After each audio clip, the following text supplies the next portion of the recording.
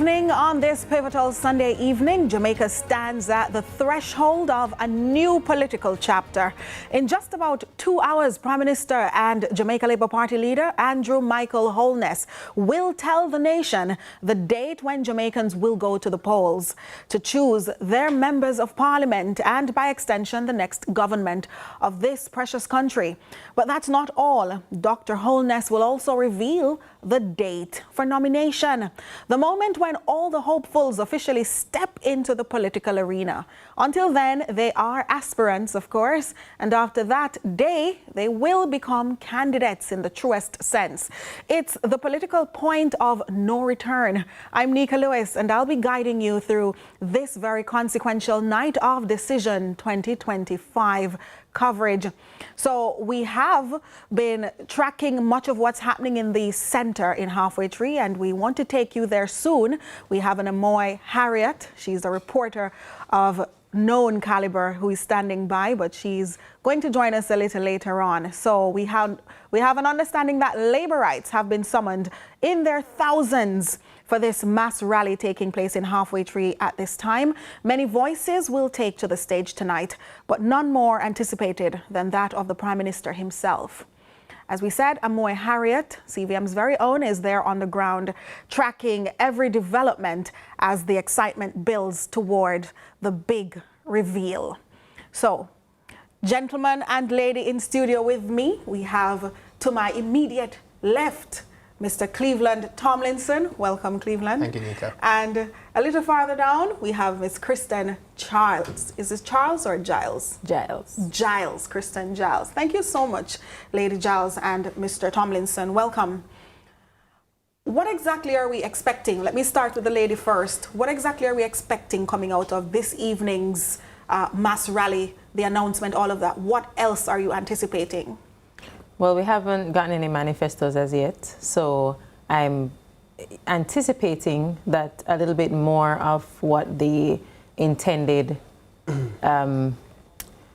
achievements for the Jamaica Labour Party. I'm anticipating that we'll get a little bit more of that. Okay. A little more insight into what their plans are. So, I mean, aside from the big date or dates, we'll be listening out for that as well. Well, we've been waiting for the Prime Minister to call the election for some time now, so that's the pivotal thing for us. So what we're listening for keenly is nomination day and the election day. We've been ready. We have long been prepared. All our candidates have been in place. All 63 candidates have been in place for months now. Our manifesto is ready. Will be launched Tuesday. So 2 days it was always planned to be launched. So we're ready, and we're in a position of just waiting to see when the Prime Minister, which date the Prime Minister will set. So let's go. And this is you speaking from your position as junior spokesperson on finance and planning for the People's National Party. The manifesto will be launched on Tuesday. Understood. Yes. Ms. Giles, you would have heard about a manifesto launch. We haven't quite seen the manifestos, but there are talks of manifestos. 2 years, well, 2 terms in, what were you most excited to hear from the Prime Minister as he heads for a 3rd term in hopes? He's hoping to get a 3rd term. And what perhaps are you anticipating the reply should be coming out of the opposition camp? I think the biggest achievement of the current government is its overall economic management. Debt reduction for me has been a big thing. And I think that is one of the most, commendable of their achievements. They've managed to do what hasn't really been done. They've brought our debt levels down significantly, and that has freed up funds for various other initiatives.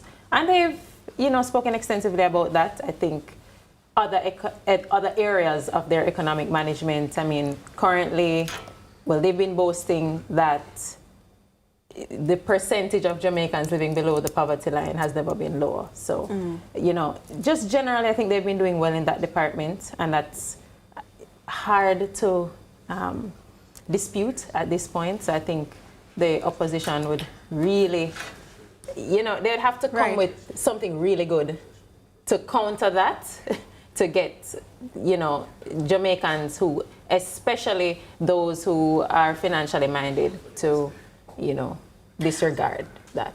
Understood. I want to bring Dr. Kadamawi Knife. He is joining us on Zoom. He's a political scientist and he is a research and UWI lecturer. Pardon me. So, Dr. Knife, if you're on Zoom, still with us? Yeah, I'm here. Right, perfect. So, Dr. Knife, you've been listening to the conversation. We're hearing about manifestos, but in terms of economic expectations and what's been happening 2 terms in, where's your mind at? What are we looking forward to and what should we be anticipating? All right, my real focus and background is really on entrepreneurship, economics, and of course, sustainable development, not so much a political discourse. See? Now, I've listened to some of the pronouncements being made.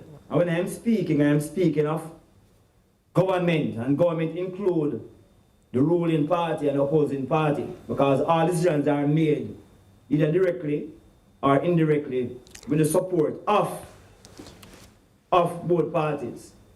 I have not seen where over the last 60, 70 years, either of these parties have done anything to significantly shift the economic landscape and to meaningfully empower the persons who are most vulnerable in the society. And these data that I hear them pronounce, I went and checked out some of these things.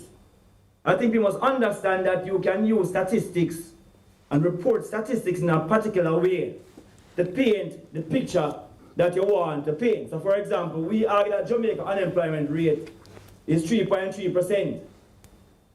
And I checked the data suggests that the global unemployment rate is 4.9%. Switzerland, which have the highest human development index ranking, which means they are talking about what you have done, the measure, the factors that reflect an improvement in the quality of people's life, like the education, the healthcare, etc. Switzerland, who are the highest HDI ranking, have an unemployment rate of 4.4%. And you must remember that Jamaica's HDI ranking, and the information right here, which I will speak to quite shortly. But Jamaica's HDI ranking is very, very, very, very, very low. Very, very low. Yes, the United States unemployment rate is also 4.2% and Jamaica is 3.3%. So I'm saying to people who understand economics, how does that really compute? What does that really say? Well, because all the ones that we are speaking about are ranked as developed nations, having higher quality of life than we find in Jamaica. But yes, we are arguing that our unemployment rate is 3.3, which means that the metrics that we use to measure these things is significantly different from the metrics that those developed countries use to measure those things. That's why we can use statistics to... But Dr. Knife, I'm going to have to cut in because I want to draw for my reporter over there in Halfway Tree. Amoy Harriet is on the ground with some updates. So we wanted to paint the scene, paint the picture, and then come back and we can capitalize on this conversation a little further with the expertise of our panelists here in studio as well. So Amoy, are you with us? Amoy. I'm hearing so much excitement in your background. From the heart of Halfway Tree, where the Jamaica Labour Party is hosting its rally on the road to Decision 2025. Now, the air here is electric. We're seeing a sea of green. Now, the last time we've seen a crowd this big was last year at the JLP's annual conference at the National Arena. Now, so far, we've heard from MP for St. Andrew West Rural, who's Juliet Cuthbert-Flynn, and right now on stage we have Pernell Charles Jr., who is the MP for Southeast Clarendon. But the address that the crowd is anticipating is the address of the leader of the Jamaica Labour Party, Andrew Holness. That's Dr. Andrew Holness. It's expected that he is to announce the date for the general elections, which is constitutionally due next month. Now, some supporters we've spoken to since being here on the ground say that the election might be early next month, it might be the middle of next month, but what is sure is that that will be the highlight of everyone's this evening. Of course, we're going to keep you updated. We'll have several interviews throughout the course of this conference. And of course, we will keep you informed about all the announcements that are coming out of the JLP's rally here in Halfway Tree. It's back to you in studio. Thank you so much. That's our reporter Amoy Harriet out there in Halfway Tree, where she says the atmosphere is electric. We want to come back to the discussion in studio. We had Dr. Kadamawe Knife sharing his concerns economic-wise about what's been happening in our development history as a nation. And we also have been joined since by political researcher, Mr. Damian Gordon. Welcome, Mr. Gordon. Thanks for having me. Thanks for having me. Right. So I know that you heard much of what was being said on the Zoom from Dr. Knife. What's your understanding of what Dr. Knife has said and what's been happening in the Jamaican political climate? Yeah, so I will not get too deep into what Dr. Knife said. That is his area of expertise. I would like to just comment on the significance of the Prime Minister's calling the election date tonight. I want to first make the point that, you know, this underscores the importance of the constitutional reform to ensure that we have a fixed election date. I think in a democracy, a healthy democracy, we need to have mechanisms in place that expressly limit the power of executive over the electorate.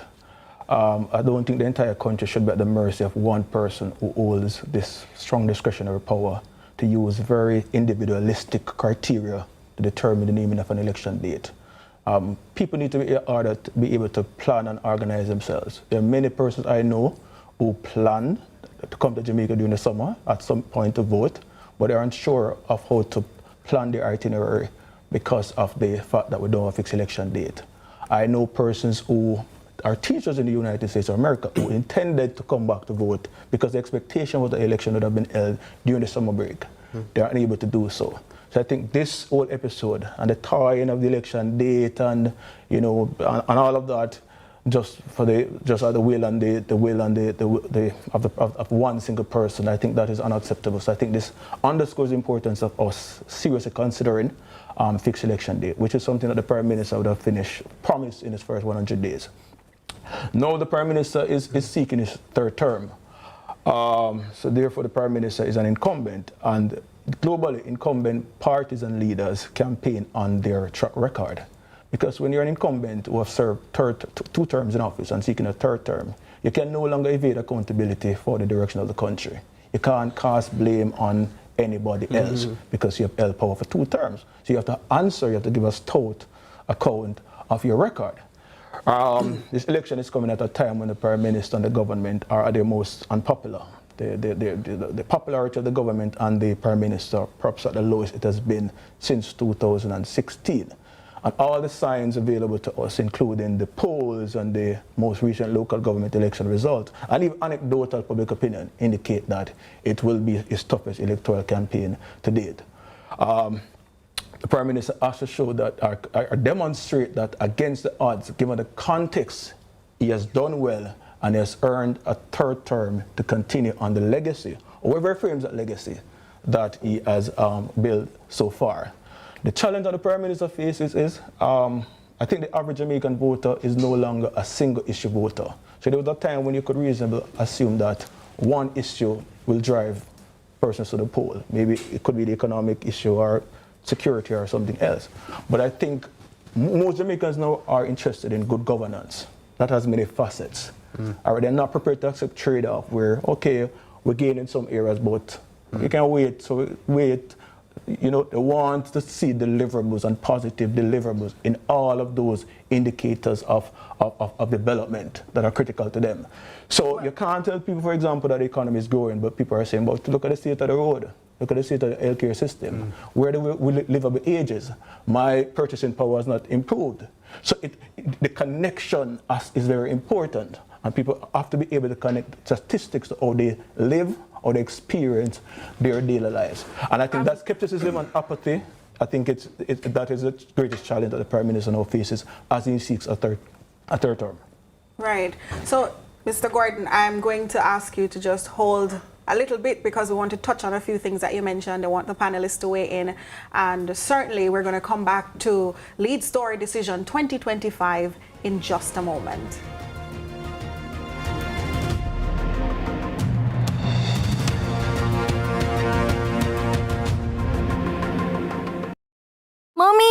I need new shoes, books, so many things for back to school. Back to school pressure is real. Chris and Charles has your back. Get your back to school loan of $1.5 million with reduced processing fees, discounted interest rates, and fast approval. Win a fully loaded backpack for your child. Start school with less stress and more success. Apply today at any branch or visit www.chrisandcharles.com. Conditions apply. Authorized under Section 58.3 of Protecting Gaming and Lottery. Need to pass your CSEC CAPE exams to get that dream job or to qualify for university? Then Distinction College is the school for you. We have locations in Kingston, Spanish Town, St. Elizabeth, and Ocho Rios. Start day, evening, and Saturday classes this coming term and sit CSEC CAPE exams for January's resit or May, June. Maths, law, science, English. We have the lowest school fees. Register before the end of the month and win an entire term free. Call us at 354-8560. Hey everybody, I'm Yendi, and this is Odyssey with Yendi. In this space, we connect with some of your favorite people as they share their journeys. Here we have some unfiltered conversations as we deep dive into their inspirations, motivations, and experiences to inspire our own life journey.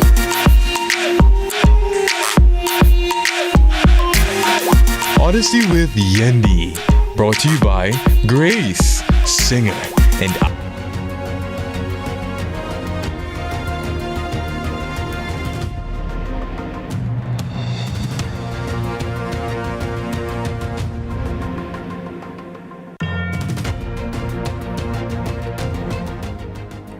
Thanks so much for joining us. I am Nika Lewis, and this is Lead Story Decision 2025. It's a big evening. It's a special evening, not just for the Jamaica Labour Party, not just for politicians, but for the people of Jamaica, because election day announcement is nigh. We hear there is a JLP rally going on right now in full swing, electric vibe out in Halfway Tree, just a little bit away from here. And so we're joined by our panelists. We have Cleveland Tomlinson, Ms. Giles, and Mr. Gordon here in studio, and on Zoom we have Dr. Kadamawe Knife. However, we're going to take a bit of what was happening on the platforms from Senator Kamina Johnson-Smith earlier, and then we'll come back to this conversation. In fact, we have her now.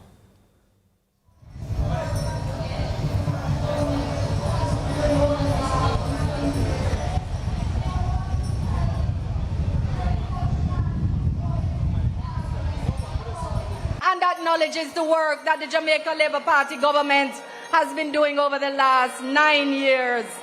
So I want you to tell me where such man is going with this argument about him is coming to rescue Jamaica. It is this Labour Party government that has rescued Jamaica from the destructive policies of the PNP. I want you to tell me, Labour Party, I want you to tell me, Jamaican family, is he going to rescue the 350,000 Jamaicans that have received water in their pipes for the first time, thanks to the water boss, Minister Matthew Samuda? Is he going to rescue us from the biggest road maintenance and construction program Jamaica has ever seen under Minister Robert Nesta Morgan under Spark and Reach? Is he going to rescue us from 40% drop in murders under the most effective National Security Minister, Dr. Horace Chang? Is he going to rescue our farmers from record growth and productivity, more RADA, more fertilizer, more irrigation under Barbara Green, Minister Floyd Green? Is such man going to rescue our 550,000 Jamaicans with free certification and free training at heart under Minister Maurice Dixon?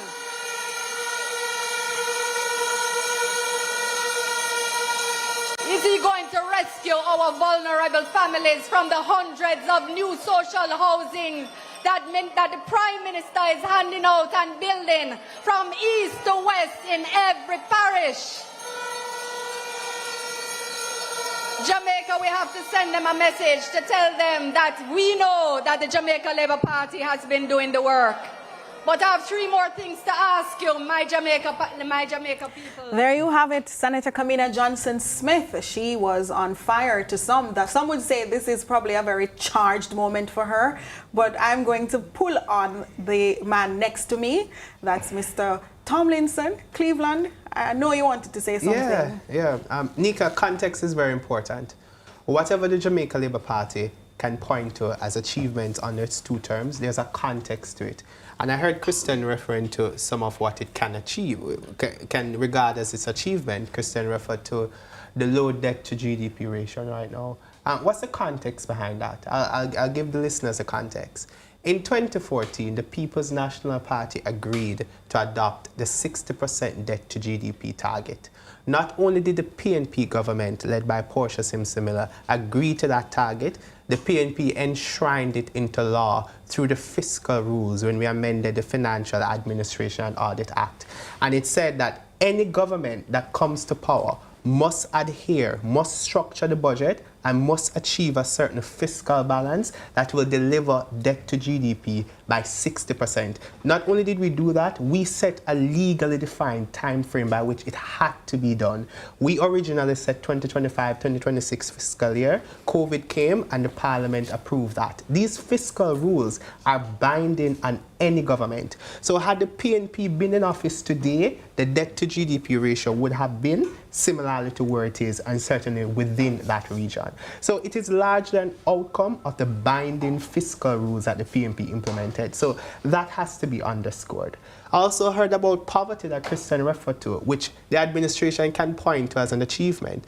But poverty, they say, is historically low here at somewhere around 8.2%. When the PNP took office in 1990, poverty was at 28%. When we left office in 2007, it was at 9.2%, 9.9% thereabout. It was the lowest at the time ever recorded in Jamaica. By the time we took office in 2012, it had surged to 19.9%. So you can see the trajectory from where we left it in 2007 to where we got it back in 2012.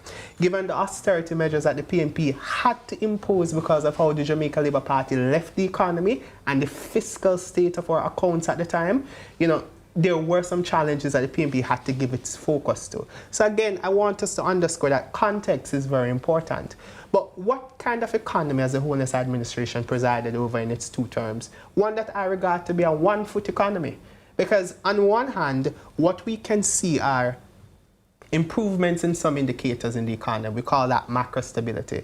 And that is not in part because of the work of the Labour Party. It's largely because of the fiscal and economic reforms, the hard and painful decisions that the last PNP administration took, which were politically costly. We renegotiated a difficult IMF agreement.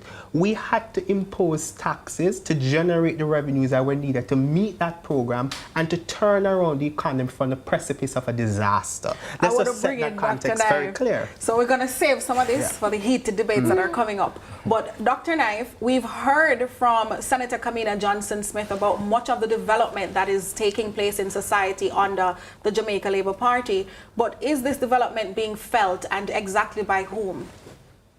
All right, let me say, when you go to her, I can't hear what she's saying. But let me tell you this, And I see we're still suffering from the same thing where political parties take credit for outcomes while ignoring the real drivers behind those outcomes. So my brethren just mentioned about the PNP signing some agreement about fiscal prudence, which is true. Now in reality, the people who bear the brunt of the pressure for those things is not the government, not the parliamentarians, it's the public.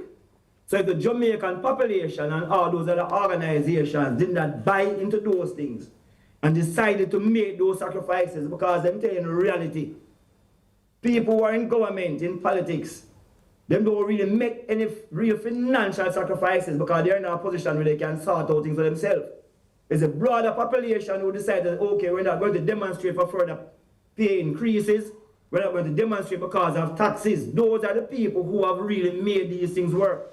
It is the technocrats in the institution and the people in parliament are on the platform who are trying to get re-elected. If I may add, I'm saying, and it's data. That we are putting out there about the 9.2%. Both the PNP and the JLP have been using that same kind of wrong metrics to trick the public into thinking that poverty is really down, when in truth and in fact, the people are facing serious challenges. Well, I will not go to the distance where Dr. Knife is going to question. No, because you're not me. Hold on. To question the Dr. Knife, I think Cleveland is etching to go. So Cleveland, share this point. And I'm not going to go in the direction that Dr. Knife is going to question the integrity of the data. What I will say is that is what we have been saying, that there's a stark difference between what is coming up in the statistics and what is happening in the lived realities of the Jamaican people. Exactly.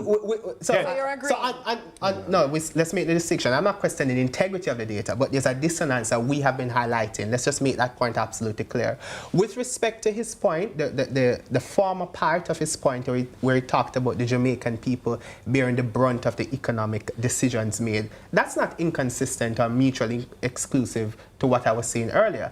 But the political directorate provides leadership, and we provided leadership to take the difficult decisions that we did in the last administration. And yes, he's correct to say it was the Jamaican people who suffered, who bore the brunt of it. You know, we had to impose higher taxes to meet the requirements. A very high primary surplus never imposed on a country other than Jamaica by the International Monetary Fund. Hence, we had to carry that increased tax net to meet those requirements. So let's just set the context clear. Are you going to add to this context, Ms. Giles? Because a lot has been said. I mean, I agree that there's some dissonance between some of the statistics and the lived experience. But you know, you can't deny. So let Dr. Knife mention the low unemployment rate, for example. Yes, unemployment is at its lowest now. However, what about underemployment? So yes, it's true that you may have the greatest proportion of Jamaicans currently being employed. They're employed. But the type of jobs, are they jobs that are providing a livable wage that people can use to meet their basic expenses? And are the jobs allowing them to maximize their talents and actually contribute meaningfully to the society? So yeah, I mean, I agree. There's that to consider, but you know, it could come across as, you know, I don't want to be a professional naysayer or skeptic. The truth is that the unemployment rate is down, and something is better than nothing. So it's important to acknowledge the achievements or the progress that has been made while recognizing that, you know, context, as Cleveland said, is important. So one thing I'm sure some of the viewers who are watching they might be wondering, what about the roads? What about the infrastructural projects that are in place? What about these promised townships and built cities and all these things? What would you say, Damian? Yeah, so as I noted earlier, the average Jamaican voter is not a single issue voter. There is this notion of good governance that most Jamaicans understand. And good governance covers many dimensions. And people don't feel that we should, you know, expect gains in some, but, you know, wait for gains in other. That's a trade-off. Jamaicans are not interested in trade-offs because they look at other countries, and other governments in other parts of the world are able to guarantee these things simultaneously at equal measures. So you can have good roads, you can have livable incomes, you can have a good healthcare system, you can have a good education system, you could have good transportation, and you can have a transparent, accountable government at the same time. You don't have to sacrifice one for the other. And that is why, despite, you know, the government boasting that we have managed the economy well, there are many unmet expectations in other important dimensions of life that people are saying you're falling short on. And that is why this argument that I've started the economy very well has not translated into, you know, positive public perception, because people are saying, well, this is not enough. You need to give us all of these things, because when they ask voters what matters to them, some will tell you it's the economy, some will tell you it's other things. Right. But the reality is that a lot of the economic indicators are abstract. And let me tell you why they're abstract. But we're going to have to take that when we take Amoy, who is in halfway tree. All right, so Amoy, you're with us. I understand you have Senator Fitzhenley. Stand by. issue here. All right, so we have here the chairman of the JLP's Communication Task Force, that's Mr. Abka Fitzhenley. So, Mr. Fitzhenley, we're here at the JLP's rally in Halfway Tree. Talk to me first about the crowd. Was this what you expected? Did it outdo what you were expecting as a party? Thank you for the invitation, Amoy. Thank you to the viewers of CVM TV and all of Jamaica who attended this rally and those watching on CVM and other mass media. Well, I believe the audience, the attendance speaks for itself. The Jamaica Labour Party is a party that has been able to attract support from a wide cross-section of people. And I tell you what, it's not just quote-unquote the thoroughbred labour rights who make up the audience here today. It's a lot of Jamaicans who compose, they consist of what you call the uncommitted, who have contacted us and said, look here, I will be in the audience because the choice is clear. The Jamaica Labour Party, which is campaigning on its track record of achievements with a serious commitment to do more in several key areas, is the party of choice. I believe it would be an understatement to say an impressive turnout. All right, so speaking of campaigning, the party has been in several parishes so far during this campaigning period. What's different about the corporate area compared to the other parishes in terms of turnout, in terms of the reception that the party has been receiving from supporters? We're getting support, massive support all across Jamaica. And I'm not bluffing when I say that. And I believe it is because that we have been campaigning based on a message that the Jamaica Labour Party has put significant runs on the board during its 2 consecutive terms. We're not saying put us back in office because we want to be in office or we want to be in control of state power. We're saying it's important that we continue a reduction in the unemployment rate, now at a record low. We are saying that it is important that the government of Prime Minister Andrew Holness continue the work that has led us to a record low poverty rate. And we're also saying that it's important that the Jamaican people look at the options and vote for a government on election day, put their X beside the bell, and vote for an administration that has been able to preside over a record decline in murders, down by over 40%, I believe approximately 42%. And finally, we are asking the Jamaican population, the uncommitted, all and sundry, to vote for the Jamaica Labour Party because despite the challenges across the globe, inflation, cost of living, COVID-19, this administration of Andrew Michael Holness has governed Jamaica with a conscience. Over $1 billion in care packages, the Solidarity Program, reverse income tax credit, more than a tripling of the minimum wage, and increased by approximately 158%. So we have not just only gotten the macroeconomics right, we have governed with a conscience because we believe in putting money back into the pockets of the Jamaican people, and that's how you get a market economy to expand and to grow. So you've listed a few achievements. What would you say to those persons who question whether or not the JLP deserves a 3rd term? Well, look, we are not arrogant. We approach the people with great humility. We acknowledge that there are people who might have concerns, and we're willing to listen to those concerns and to improve. And that is why we don't only say choose Jamaica, choose the Jamaica Labour Party. A key part of our campaign, and you'd have heard several of our speakers allude to it, is that we commit to do more to the people of Jamaica. We don't promise it. It's our conviction that much more needs to be done on top of what has already been accomplished. Now, my final question before we go back to studio, Mr. Fitzhenley. Now, you spoke earlier about uncommitted Jamaicans, which may include persons who choose not to vote for either parties. What exactly is the JLP doing, or the Andrew Holness-led administration doing, to kind of help or avoid that low voter turnout that we've been seeing over the years? Public education. You have to make the population, all sections of the population, feel as they are stakeholders in their future. And that's why you hear our speakers allude to what we have done in the key areas, bringing more water to communities which have not had water, giving out houses to Jamaicans in need. We have to market our achievements, and we have to promote a politics that is not about blood and fire, not about war, but a politics of peace, prosperity, serenity and development. And that, the latter adjectives I alluded to, is what the Jamaica Labour Party is about. Peace, prosperity, active and strong, choose Jamaica, and a commitment to do much more for the people of Jamaica.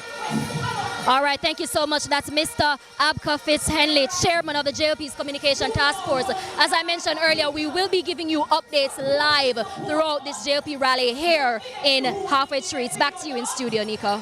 Thank you so much, Amoy, and we're looking forward to hearing more of those updates. But for right now, Decision 2025 lead story takes a break. We'll be right back.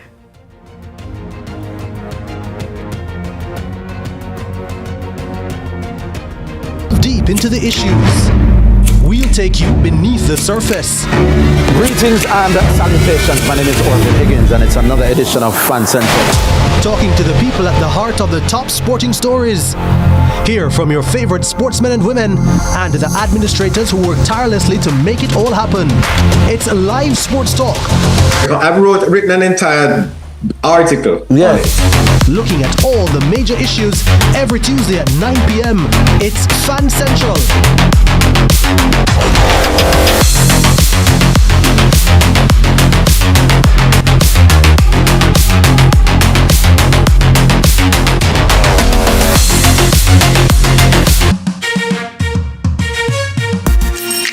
Hey everybody, I'm Yendi, and this is Odyssey with Yendi. In this space, we connect with some of your favorite people as they share their journeys. Here we have some unfiltered conversations as we deep dive into their inspirations, motivations, and experiences to inspire our own life journey.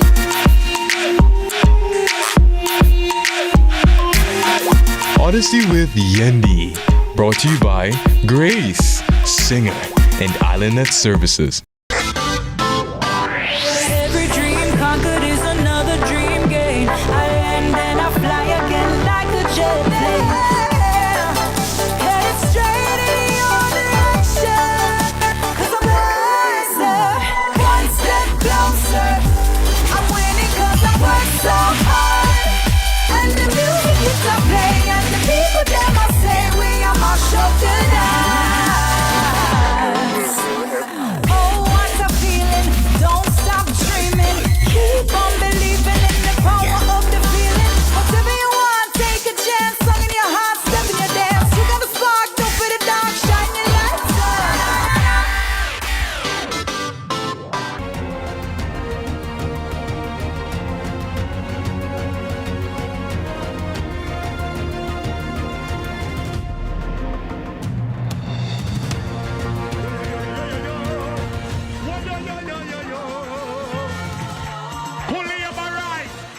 Welcome back to Lead Story Decision 2025. We have our panelists watching on at this moment for the big event in Halfway Tree here in Kingston. So we have in studio to my farthest left, Damian Gordon, a political commentator for this purpose. That works. That works, okay. Ms. Giles, this is the columnist and also an social commentator, political commentator. And we have the young politician in the making and of sorts, also the spokesperson on finance and public service, Mr. Cleveland Tomlinson, no stranger to CVM. So I'm going to start with the lady. We also have on Zoom, before I go to the lady though, Dr. Kadamawi Knife. He's a researcher and a lecturer at the UWI Mona. So, Ms. Giles, you've heard those interviews coming in from Halfway Tree. We heard from Abka Fitz-Henley just now, one of the lead persons on the JLP's spokes, in the cog for the JLP, so to speak, the communications cog. So what did you make of what he was saying? You know, there's a lot happening around the world. Development is taking place, but things are also hampering development. We spoke a little about the macroeconomics, but people not necessarily feeling it in their pockets or their homes. What did you make of his presentation just now? I think without a doubt, the current government has been productive over the past 2 years. They've done a lot, and he alluded to quite a bit of what they've done. You know, we heard from Senator Kamina Johnson-Smith as well, and she, you know, reeled off some of the achievements as well. I don't think the issue currently for this election is so much around whether or not the government has done much, because I think it's clear that they have. I think the main issues, there are some key issues that I think have been giving the government a problem that they haven't been able to get on top of. I think the perception of arrogance is actually a big one. I mean, Abka Fitzhenley, he just spoke, and interestingly, he said, you know, we're not arrogant. But I think the average, well, many Jamaicans don't necessarily agree. There's a kind of, you know, when but some members of the government... Is it not expected from a government that's been in power for 2 terms consecutively, looking for a 3rd term? Is it not typical? No, I don't think that should be expected at all, and it shouldn't be typical. And I don't necessarily think that the attitude or the arrogance that some people feel is because of their great achievements. I think there's just a mindset that some members of the government have that, well, we were elected to make certain decisions and to govern. And it has been said numerous times by many members of the JLP, yes, that we were elected to govern, and we're governing, and we're doing what we were elected to do. So we are not, you know, the concept of consultation and, you know, hashing out things in discourse and ensuring that you get buy-in from relevant stakeholders. For me, they lose confidence there because they're not getting that right. And on top of that, there's so many constitutional issues that have plagued the government over the past 2 terms. The whole SOE thing was one issue. I mean, when it wasn't the Supreme Court ruling on that, it was NIDS, the whole thing over the Portmore Parish status. I just think there have been so many controversies, and so many of them have gotten, you know, when you bring the Supreme Court into the mix, when the opposition sues you, and the Supreme Court sides with them, it doesn't look good. Mm-hmm. And I think many of those issues could have been avoided if there was more consultation before running ahead into, you know, with a kind of undue haste in some instances. Why not run ahead? I'm going to be devil's advocate. You won an election by an excessive margin. You had 49 to 14. Why not run ahead? No, Cleveland. Well, let me come back to you and then come to Cleveland. Hold it, Cleveland. Hold it, you know. We live in a democracy. The truth is that can't be your attitude, and no, Jamaicans don't want to have a weak opposition. We want to have a strong opposition. The fact that you have a sweeping majority in Parliament doesn't mean you should abuse it. Still consult and speak, not just with the opposition, but with stakeholder groups. Cleveland, what's the situation been like between the government and opposition regarding consultation on these critical issues that we've been discussing here? Right, what Christian is referring to, which is what I would tell you, is what we have seen from the government, is a tendency to be hugely autocratic, shunning and discounting the importance of consultation. And let me say that... So are you saying under the PNP, if the shoes were on the other feet, things would have been significantly different in terms of the approach, the attitude, all of that? A PNP government will respect what is in the Constitution. And what is in the Constitution is the requirement for, on certain matters, on certain legislation, that there is consultation and consensus with the opposition. And we will pursue that because we are governing not for a faction of Jamaican and not for comrades. We're governing for all Jamaicans. And many of the pursuits that we will be pursuing will need buy-in, will need consensus, and we'll do that. For example, what we intend to do with constitutional reform, we want to close that gap. We not only want to ditch the British monarch as the head of state, but we also want to accede to the appellate jurisdiction of the Caribbean Court of Justice as our final appellate court. That will require consensus. How the Jamaica Labour Party has approached that matter is, I think, inimical to consensus. So the PNP's approach will be different. But we have seen a lot of autocratic movements on the part of the Holness administration. In 2020, when they just won that election, they removed chairmanship from the opposition for key parliamentary oversight committees. For example, one of them was the Integrity Commission, the Integrity Oversight Committee of Parliament, a very key and important committee that helps to review legislation that establishes the Integrity Commission Act. They removed chairmanship from the opposition. We have also seen other sorts of movements on the part of the Holness administration that breached constitutional provisions, and it required opposition acting in defense of the people and the rule of law to take the government to court and to secure a victory on what we knew was right. Perhaps one of the glaring poor choice of options taken by the Holness administration is what they have done with the Office of the Political Ombudsman.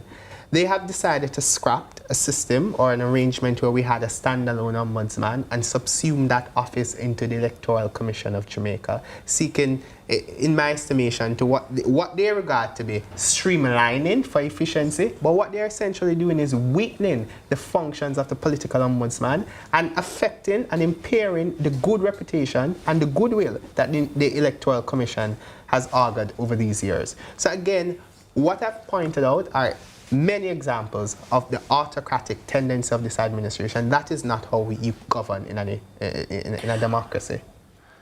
I understand that we're just jumping back into halfway tree, however, Cleveland. So we're jumping back to Amoy. Amoy.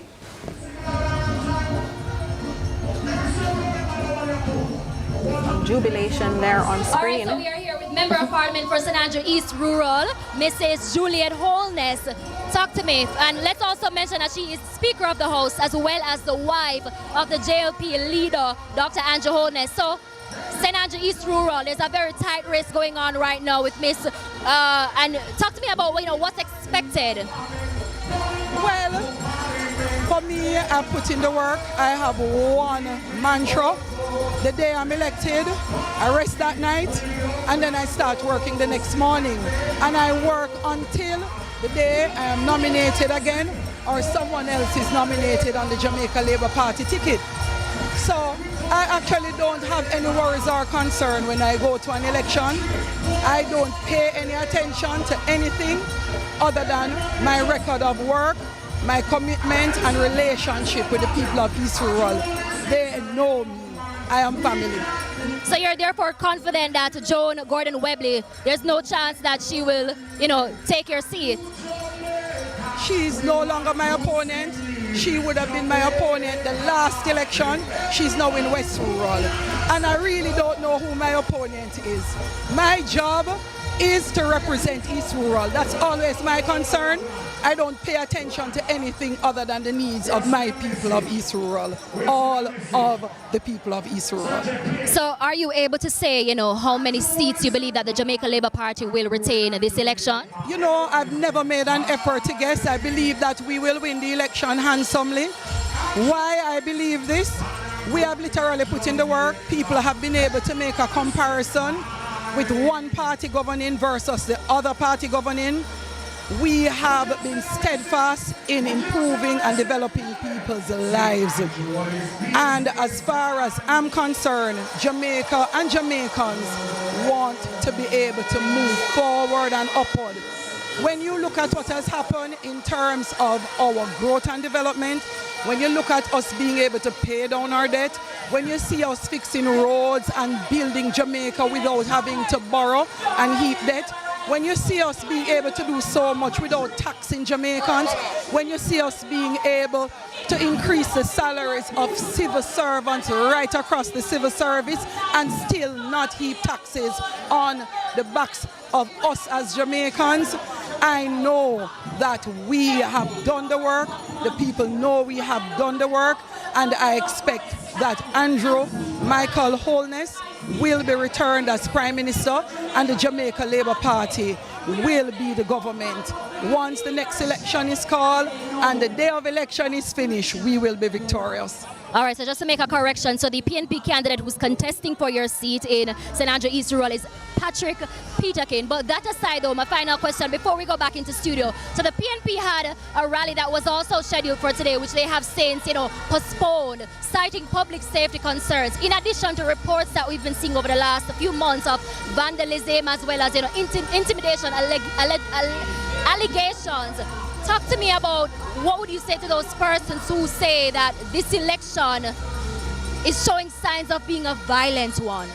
Well, I have picked up concerns from people within my constituency, especially those who were around in the days of 1970s and the 1980s. They have in fact expressed concern. The feel I get from Labour Party supporters is that they want peace. but they are going to be vigilant about their future. They are going to make sure that they are strong about defending their future. They do not want violence. They are happy that our crime rate is down almost 50% and more than 50% in some communities, and they want to preserve it. Every single labourite, and I don't mean just workers of the Jamaica Labour Party, they are out there knocking at the doors of everyone that they have heard who either have said, look, I never used to support the Labour Party, but I like what they're doing. They're saying, look, get up and come out to vote. Everybody who used to vote, they're arguing with them, come, make sure you're there to vote. It is votes that win election. And I have encouraged them, do not be deterred. Do not take your eyes off what is the aim. Don't allow anyone to distract you. Them deciding to have a meeting on the same day that they knew the Prime Minister would have had to call the election is very bizarre to me. I knew 2 weeks ago that we were going to be here in halfway tree. I believe they knew too. I hope that the PMP will want an election and will participate in an election that is free from fear. All right, thank you so much, Mrs. Holness. That's MP for St. Andrew East Rural. It's back to you in studio, Nico. Thanks so much, Amoy. And we have Dr. Knife. I want you to weigh in first, and then I'll pull on Damian Gordon.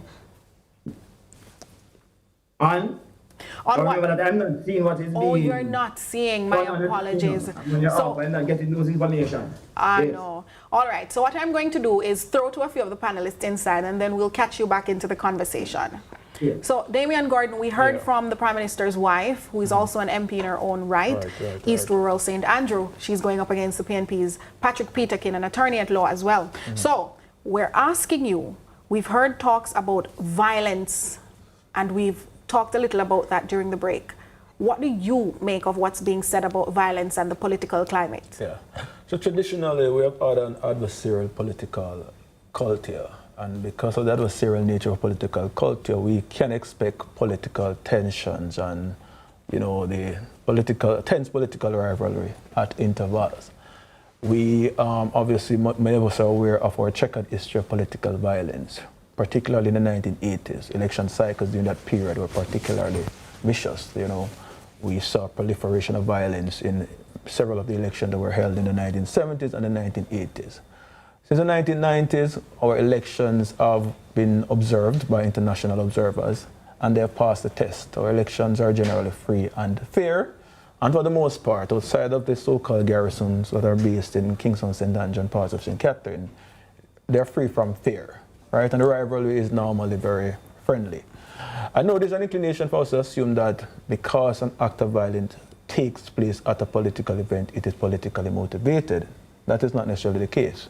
All right, I rely. You're right. So I would rely on the investigation of the police for them to determine if a particular act is politically motivated, because we live in a high violence society, and criminal conduct will intersect with elections, and persons will use election, especially large gatherings, to conduct or to engage in violent behavior, which has no relationship to politics. So we have to be very clear about making this claim without the evidence that we're seeing an uptick in politically motivated violence. So, Damian, thank you for that point. Yes. We want to jump back to the JLP mass rally happening now in Halfway Tree. Brought water to 4,000 acres of farmland. We have built over 30 retention ponds. We have spent money on the biggest irrigation schemes in our history, like Essex Valley, like Amity Hall, and the big one, $26 billion for the Pedro Plains irrigation scheme, the biggest ever in the Caribbean. Under their watch, people stopped talking about research in agriculture. Nobody ever called Boodle's name again. We have spent $1.4 billion on Boodles, new labs, new greenhouse, new technology, and have started a $6 billion program to move our research centers. You hear them talk about perennial larceny? Ask them what did they do to treat with the perennial larceny problem. The man was Minister of Justice, and not even one law him amend for perennial larceny. since your government has been there, we have amended laws, brought in harsher penalties, started recruiting agricultural wardens, and for the first time, we have a branch of the police force that deals with agricultural protection. Farmers are safer under the Jamaica Labour Party. There is so much I could talk about.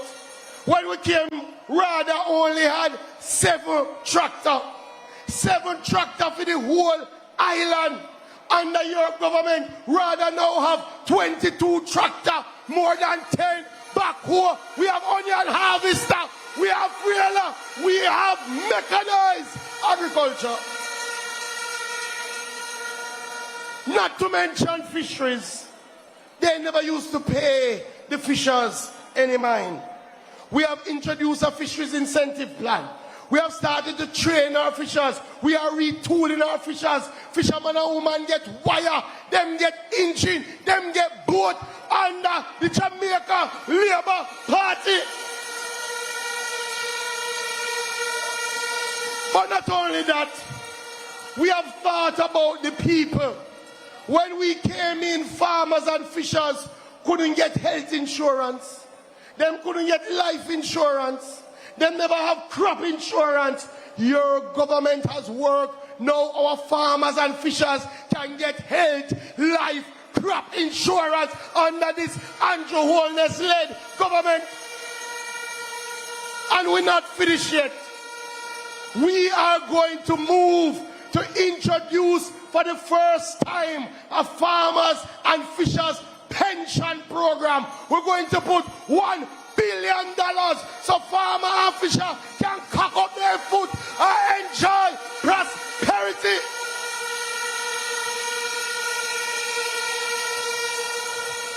I hear them talk about funding agriculture. Anytime I hear them talk about a fund, I get a little nervous because I remember how them deal with money when them in charge of money. It is that side that destroyed the PC Bank. When we did the audit of the PC Bank, $625 million of farmers' funds was missing. Them use the farmers' fund and build townhouse. So me see them over there.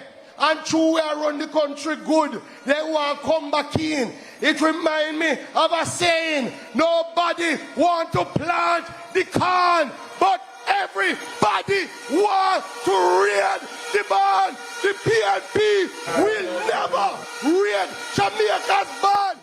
Well, you heard it there from Agriculture Minister Floyd Green. He's on the podium as we speak. And we are in the throes of another heated discourse here in studio, but it's just about that time for news. So we're going to take a little break, make way for the news with Curlin Brown, and we rejoin you at around 7:30 for Lead Story Decision 2025.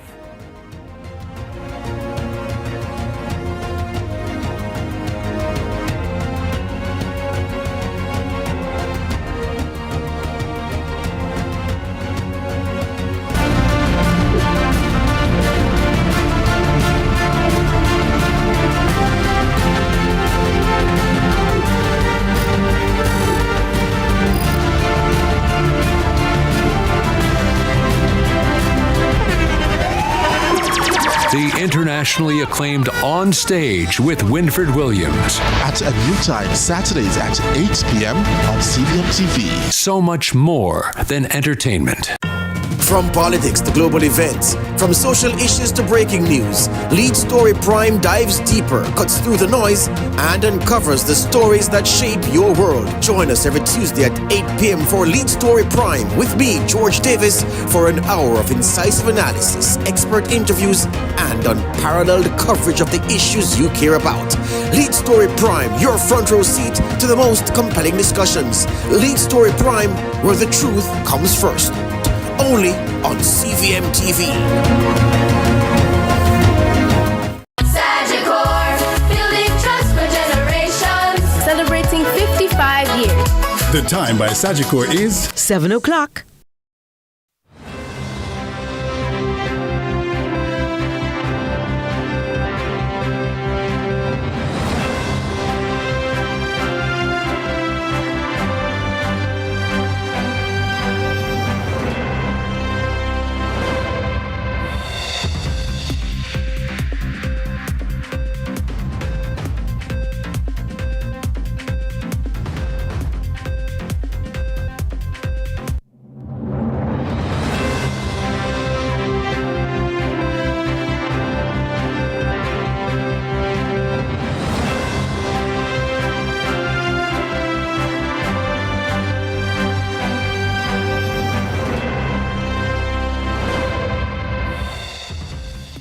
Tonight in CVM News at 7, Prime Minister Dr. Andrew Holness to announce date for general election at JLP rally. Manhunt on in earnest for gunmen who attacked policeman and his family. While in sports, West Indies Level 3 match ODI series against Pakistan.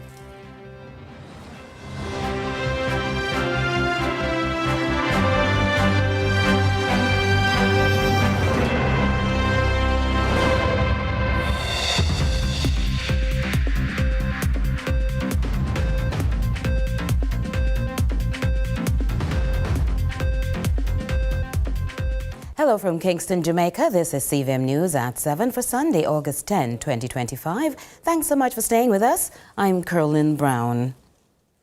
Jamaicans will soon know the date of the next general election as the Prime Minister readies to make the announcement shortly in Halfway Tree, St. Andrew. Jamaica Labour Party supporters descended on Halfway Tree Square from early afternoon, where a mass meeting is underway. The Prime Minister has confirmed the long-awaited date will be announced at that gathering. Meanwhile, the People's National Party postponed its planned rally, which was also scheduled to be held in nearby Crossroads today. It's understood a small gathering will instead meet at the party's Old Hope Road office to discuss the way forward after the date is announced.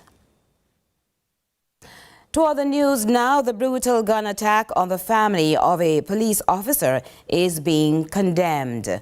Reports are gunmen launched an attack, shooting the officer, his spouse and child who were traveling together in a private motor vehicle. The spouse was killed while the officer and the son remain in critical condition in hospital.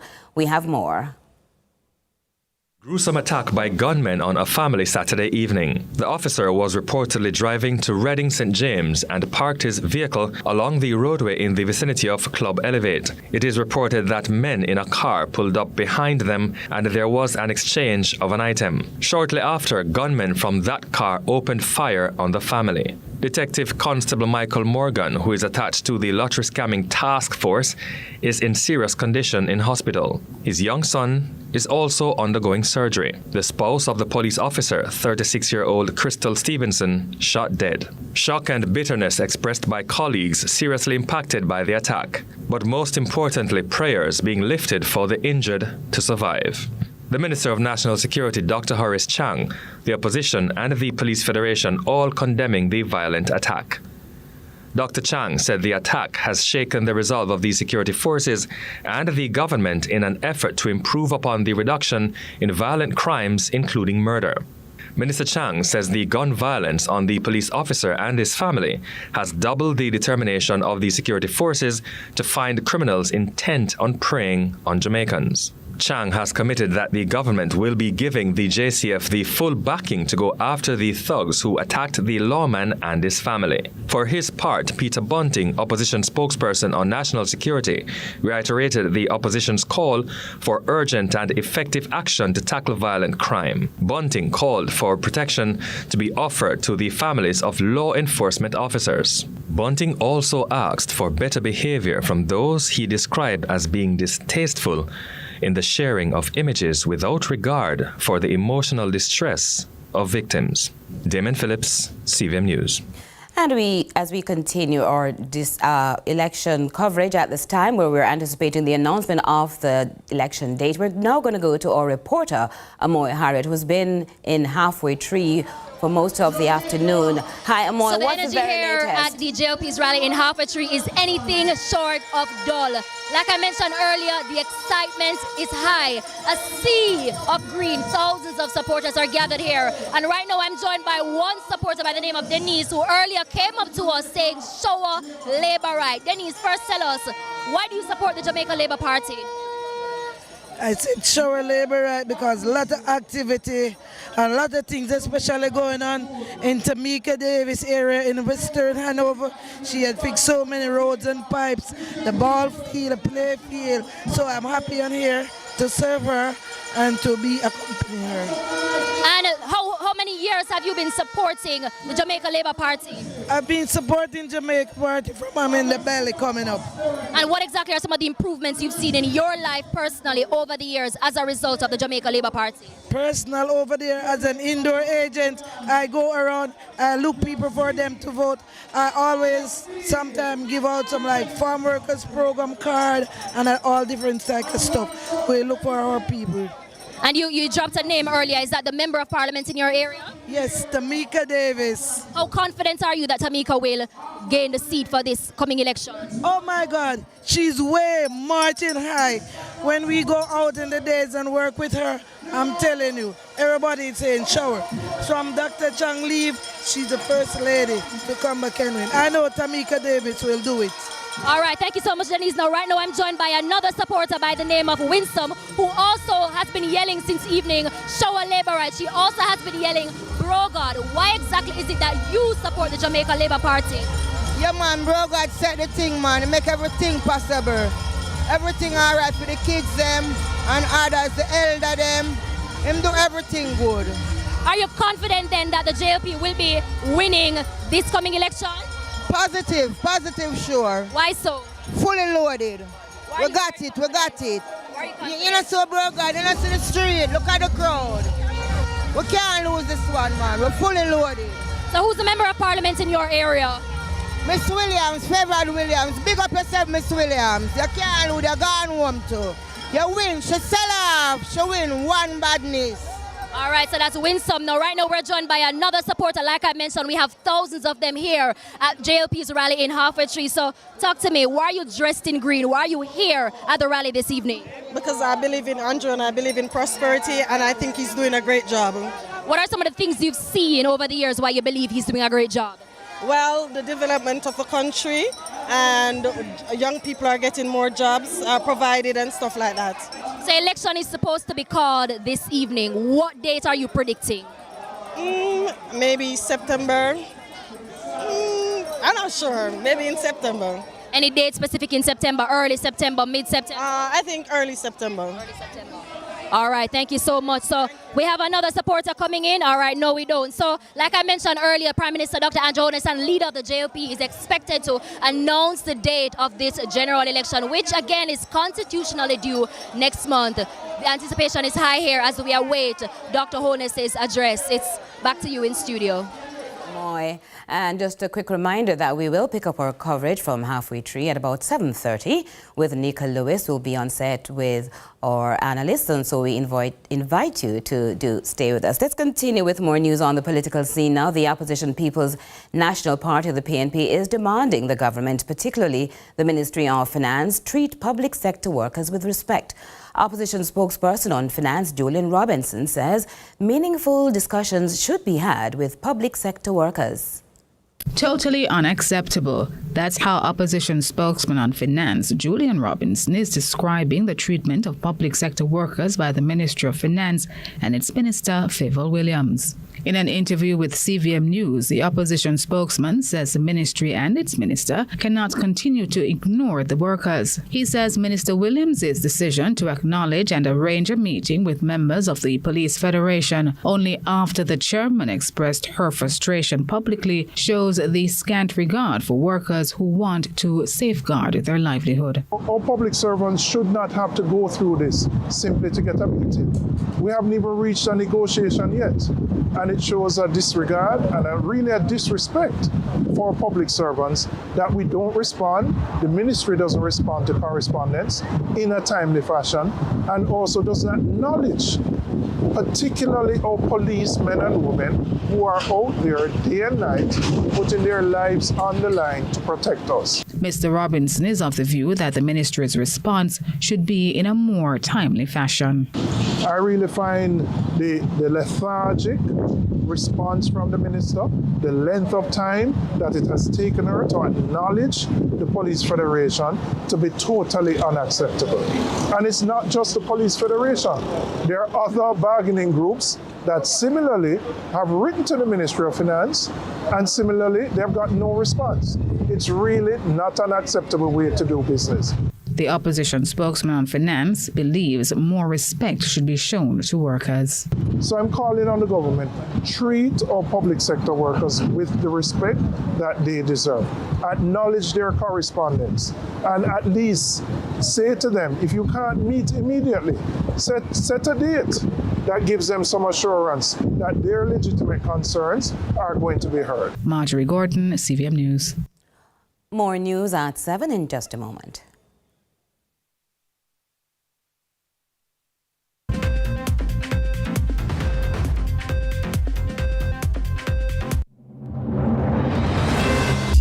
Get tiles and get creative with your floors, walls, and all the spaces in between. Our knowledgeable sales consultants are happy to help create your beautiful finish with the latest designs in first quality porcelain, wood look, vinyl, mosaics, natural stones, and countertops. At Creative, you will get every tile you need for your residential or commercial projects. Creative Building Finishes, your one-stop shop for everything tiles. Visit our showroom at 5 Red Hills Road or call 876-929-5553. Get tiles, get creative. Make money now with local City and Guilds and ABE endorsed certificates and Distinction College. Start new online and face-to-face classes very soon in our Make Money Now career courses and get qualified jobs worldwide or start your own business in practical pediatric, geriatric, and psychiatric nursing, phlebotomy and pharmacy technician, early childhood education, childcare, cashiering, call center, event planning, receptionist, customer service, housekeeping, waitering, food preparation, bartending, cake baking, plumbing, motor vehicle, electrical installation, air conditioning, makeup, hairdressing, nail technician, and cosmetology. No subjects required, no age limit. Register this week and get City and Guilds Maths and English classes for free. Call us at 3564167.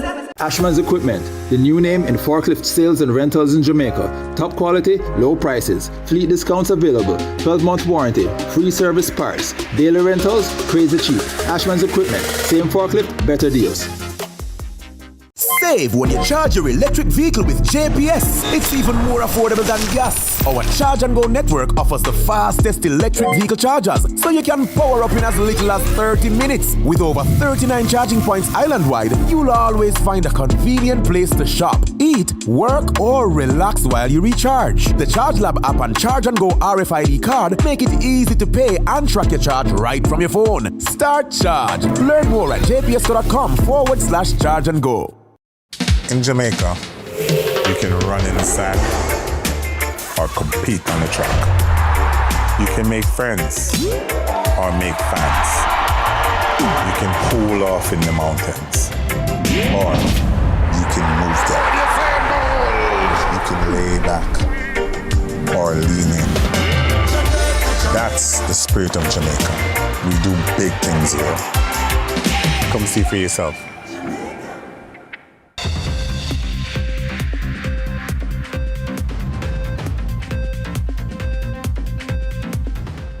Welcome back. 3 schools in St. James which have been utilizing a common space are now beneficiaries of a financial donation in memory of a young man who was purpose-driven. Luke was a light that lit up a sometimes dark world. His megawatt smile could change anyone's mood, and his youthful exuberance and outgoing personality meant that he easily made friends and could put anyone at ease. Luke's sunny disposition was always on display, and he had a way of putting anyone at ease. The verbal images of the late, fun-loving 22-year-old Lucas Maxwell Therian, brought to life by others, including one of his brothers, 5 years after his death, was just as raw as ever for mother Ann Chang and father Ray Therian listening. The momentum would gradually shift, however, as was intended by the occasion, triggered by a spark to make everyone feel good inside that the life of one so young would continue to impact the well-being of entire school populations in St. James. Luke, as they called him, left a big impression, well beyond his years, and now others had figured out ways to turn sadness into action, sorrow and grief into purpose.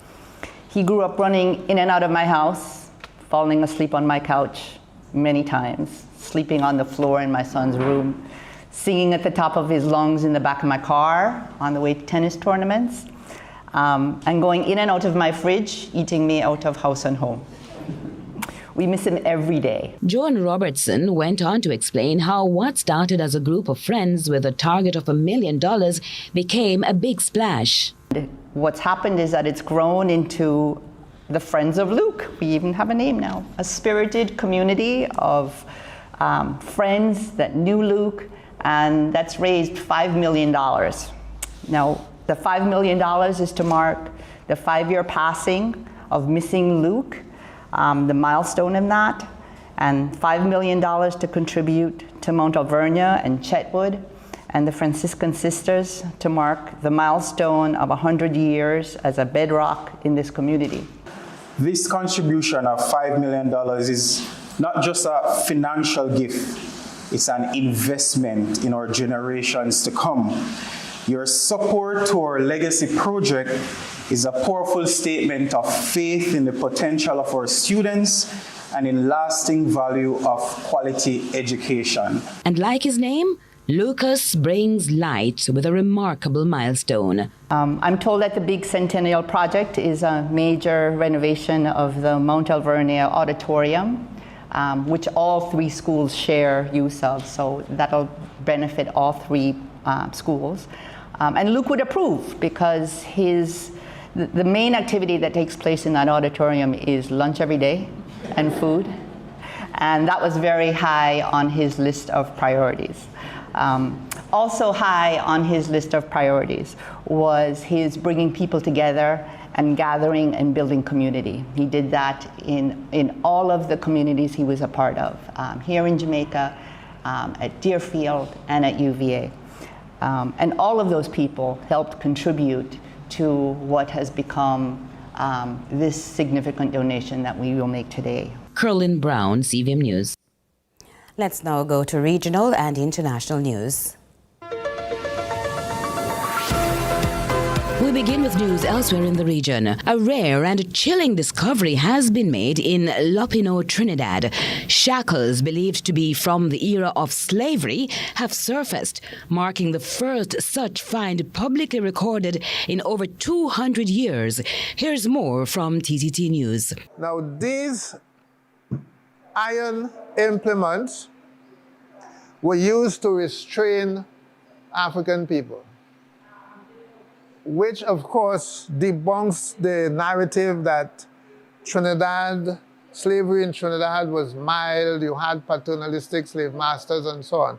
This speaks to the kind of systemic violence you had in the plantation system in Trinidad.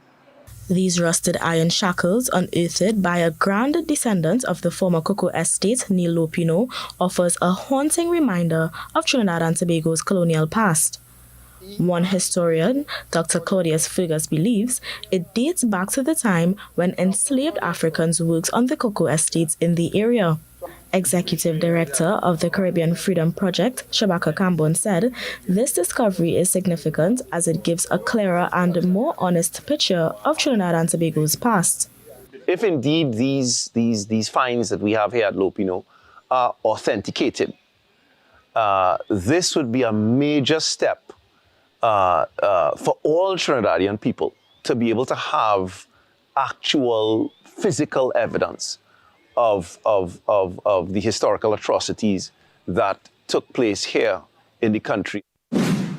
Internationally, the UK, France and other European countries have called on Israel to rethink its plan to take over Gaza City, as Israeli Prime Minister Benjamin Netanyahu claimed it would be the best way to end the war. Here's more from the BBC.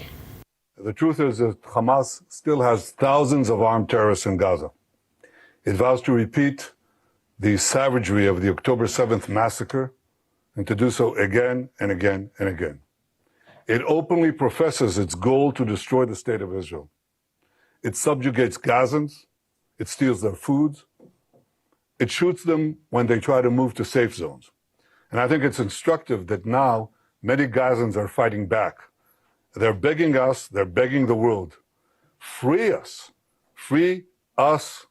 and free Gaza from Hamas. Well, the Assistant Secretary General for Europe, Central Asia and the Americas condemned the decision by Israel's government at the Security Council meeting. And as we make way for sports, we go to a break with scenes from the JLP mass rally in Halfway Tree, where The Prime Minister and JLP leader Dr. Andrew Holness will announce the date for the next general election. But there are 850 rural schools, and I stand here tonight and give you a commitment. And you know I don't put my mouth around and talk. That in 2 years, we will have enough rural school buses to serve all 850 schools, and no PNP can stop that.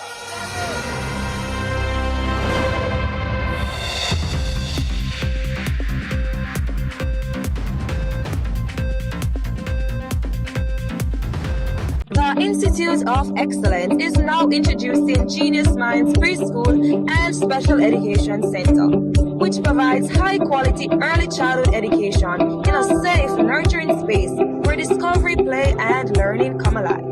Enrollment is now open, but spaces are limited. Visit us at 70 Manchester Avenue or call 876-986-7984. Genius Minds, where young minds grow, learn, and shine. Are you ready for something mega?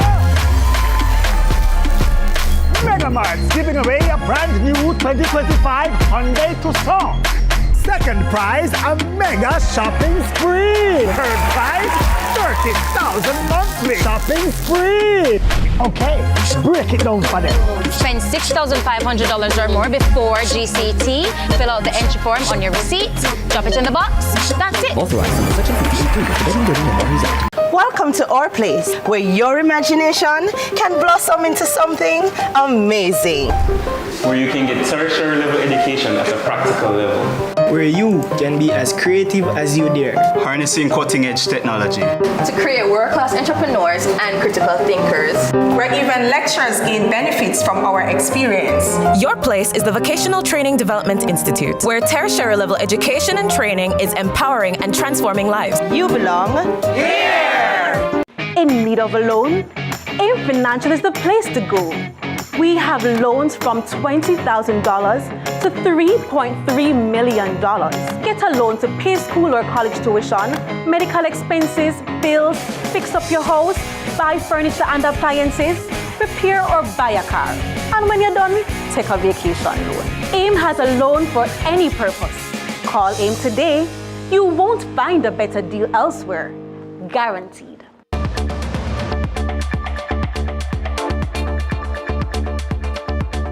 Good evening and welcome to sports. I am Ronaldo Adams. West Indies secured a comfortable 5-wicket win with 10 balls to spare to level their 3-match ODI series against Pakistan at 1 apiece at the Brian Lara Cricket Stadium in Trinidad and Tobago on Sunday. Roston Chase top scored with an unbeaten 49, Shafeen Rutherford made 45 and Captain Shea Hope 32 to see the Windies chase down a revised target of 181 to win via the DLS method. Justin Graves was also left unbeaten at the end on 26 to help steer the Windies to victory. Earlier, Pakistan were 171 for 7 when rain came for a second time, interrupting the contest and causing the target to be revised. Jaden Seals took 3 for 23 with a wicket each for Shamar Joseph, Jediah Blades, Gurikesh Moti and Chase. The third and deciding match is set for Tuesday, also at the Brian Lara Cricket Stadium. First, the Vice President of the Jamaica Cricket Association, Fritz Harris, is looking forward to the day when the nation's under-15 players will play longer seasons in order to develop their skills rather than the 4-week competition, which is now the norm. He says more matches are especially important for batsmen to get more time at the crease as they build their skills. He was speaking at the launch of this season's competition recently at Sabina Park. It's a critical juncture in cricket now, particularly for us on this side of the world, because while the sport is growing at levels never before seen, we are in a bit of a recession. And some people say not a bit, but quite a deep amount of recession. And what this does, it allows Jamaica as the island, the largest island of the cricket islands of the Caribbean, the one that really need to set the pace if we're going to rebound strongly. It allows Jamaica to plant a firm foundation in this rebuilding exercise. And that is what is starting now. So what you're witnessing today is Jamaica's response to the 27. we are going to come back stronger, bigger, better. A child shall lead them, and whilst we're not discounting any age group above, we are saying that there is something wrong with how we prepare our players, and we have been doing some amount of analysis, and from the findings that we have been getting, it suggests that we need to start some of what we are doing a little earlier, and we wish to start that, and we intend to start, and we'll be starting that with this cohort of Kingston Wharf players.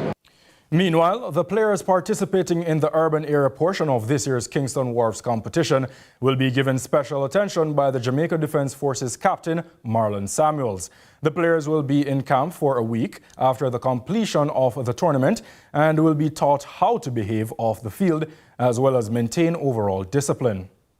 The program is one that is developed where we have mentorships, we have some of our counselors and senior personnel who have mentorship sessions with these individuals, and we try to chart their characters and also to have that significant footprint on their lives and the discipline as it relates to not just only being a sportsman but being an overall good individual and how to posture themselves. We know that one of the key concerns of our youths today is that they don't have much of a guidance. And with the disciplines of the JDF, we thought it fit to use that to have an impact on them. So the camp started on the 28th of July and it will culminate next week. But separate and apart from that, we are just grateful for the support that was given by Kingston Wharf to facilitate the program. Majority of sportsmen, they just, because of the fact that they have that particular skill set, a lot of them don't pay key focus on the core competence, which is discipline.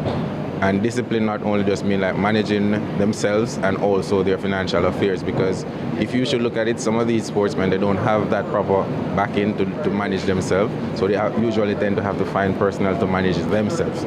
So we try to have persons sit and talk to them about this stuff. Try to put them in programs up there where we have like our physical fitness trainers, teach them how to manage their weight and their balance, their whole fitness in order to be a professional and how to maintain those key disciplines. Olympian Sabrina Lin earned the country's first ever swimming medal at the Junior Pan American Games, cupping silver in the 100-meter breaststroke, once again lowering her personal best. Lin clocked 1 minute and 9 seconds flat, breaking her personal best of 1 minute is 9.58 seconds, which was set in the heats. She barely missed out on the win behind Panama's Emily Santos, who swam 1 minute 08.44 seconds.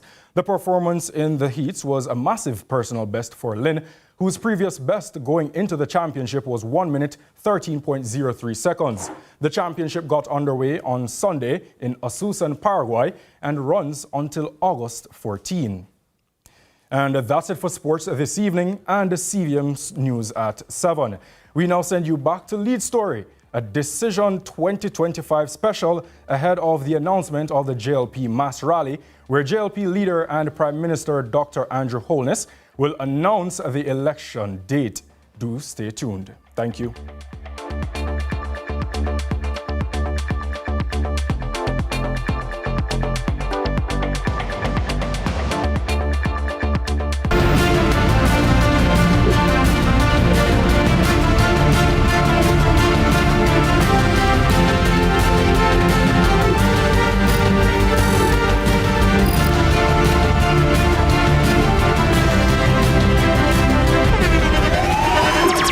The internationally acclaimed On Stage with Winfred Williams. At a new time, Saturdays at 8 p.m. on CVM TV. So much more than entertainment. From politics to global events, from social issues to breaking news, Lead Story Prime dives deeper, cuts through the noise, and uncovers the stories that shape your world. Join us every Tuesday at 8 p.m. for Lead Story Prime with me, George Davis, for an hour of incisive analysis, expert interviews, and unparalleled coverage of the issues you care about. Lead Story Prime, your front row seat to the most compelling discussions. Lead Story Prime, where the truth comes first. Only on CVM TV.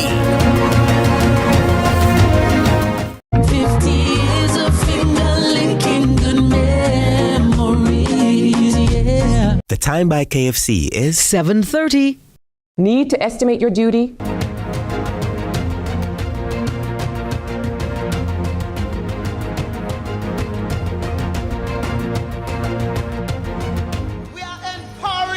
and enabling our young women to achieve their dreams through the provision of academic scholarships and grants.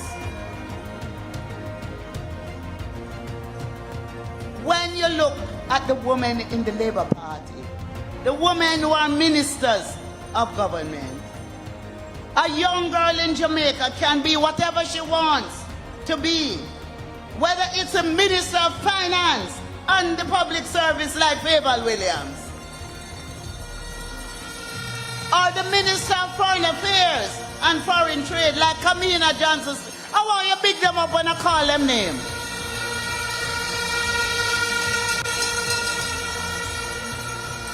Or the chief of defense, head of the army, or Paula Llewellyn. Welcome back. You are watching Lead Story Decision 2025. That's the JLP mass rally taking place right now in Halfway Tree. And we will return to the speaker, Olivia Babsy Grange, who is there on the podium. Women. And we want to thank him for that. We have done many things. We have created shelters for women who are being abused. So no woman here has to stay in an abusive relationship, because we have created shelters that if you want to come out of an abusive relationship, we have somewhere for you to go to be in a safe place. And we're not saying that maybe the men don't have issues too. That is why I changed the name of the Bureau of Women's Affairs to the Bureau of Gender Affairs, with the support of the Prime Minister and the Cabinet, to make sure that we not only look after our women, but we also look after our men. And so tonight, as time is going, I won't be long, but who remember the song? Stick by me and I stick by you. Let me hear it. Me and I stick by you. Let me hear you. Stick by me and I stick by you. Let me hear you. Stick by yes, I hear it. Me and I stick by you. My life on earth would be last no life. Oh, I didn't ask you to stick by. So I'm saying to you tonight, I want you to stick by Andrew Holness. What I say? I want you to say it after me. General election 2025 is loading. We will hear the date for the election soon when the Prime Minister greets the stage. And so we are anticipating that just as much as most of you at home would be. We have in studio some panelists who are equipped and ready to take this on as we go through this evening's activities. We have Cleveland Tomlinson. He is a member of the People's National Party, and he's also the junior spokesman on finance and the public service. A lot of titles. Yeah. Commentator right. Now and then too. And we also have Miss Giles. Give us your full name, Miss Giles. Kristen Giles. All right. She's a political commentator and a columnist. We have Damian Gordon from the University of the West Indies, but he's a researcher too and a political analyst. And we have Dr. Kadamawe Knife joining us on Zoom. Dr. Kadamawe, I know you've been hearing now, so we welcome you back. And we want to ask you a little bit about what's been talked about. We heard about those shelters, and we know you're big on development and what's impacting people, especially in the smaller spaces. What do you know of these shelters, and how impactful have they been based on your understanding?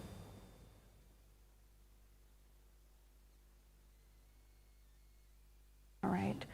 Dr. Knife is loading a comment, and so we will turn now to Damian. Damian says, choose me. All right, Damian, we choose you.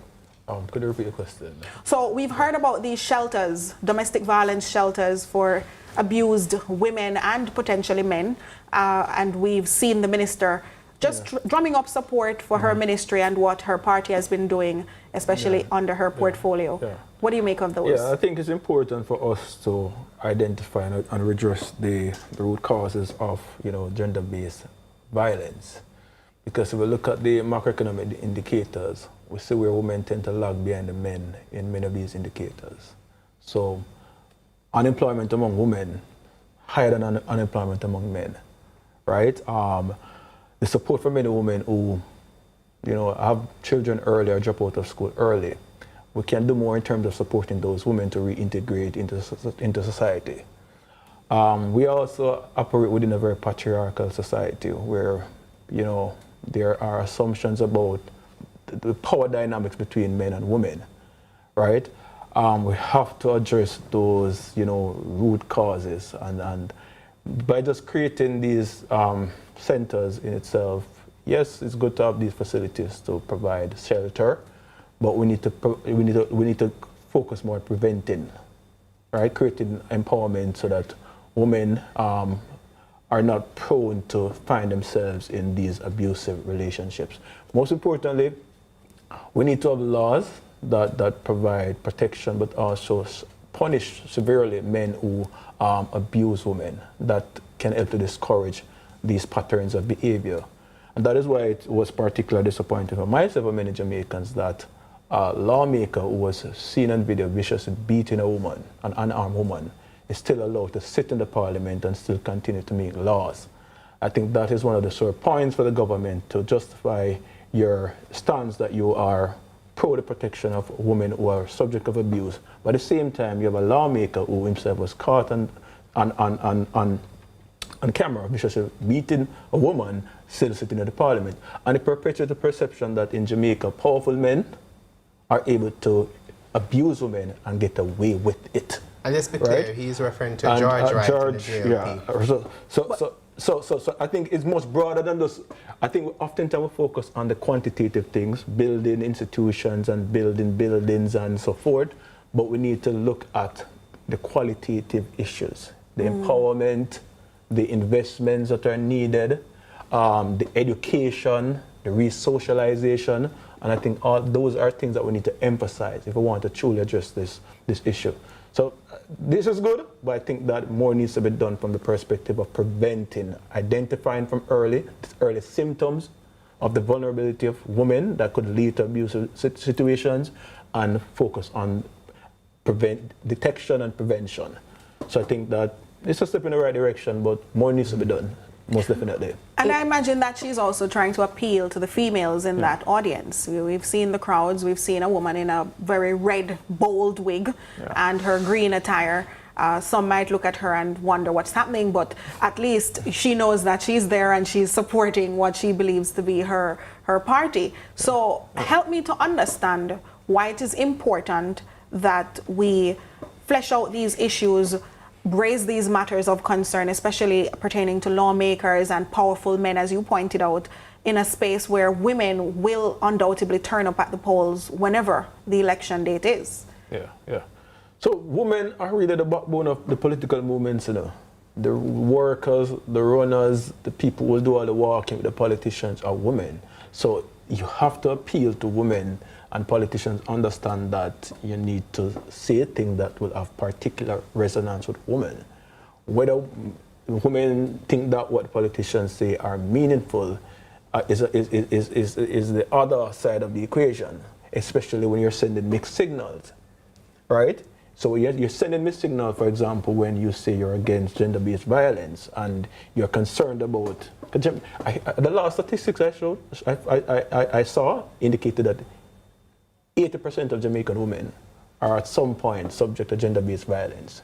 There's something which is widespread, ingrained and embedded in our society.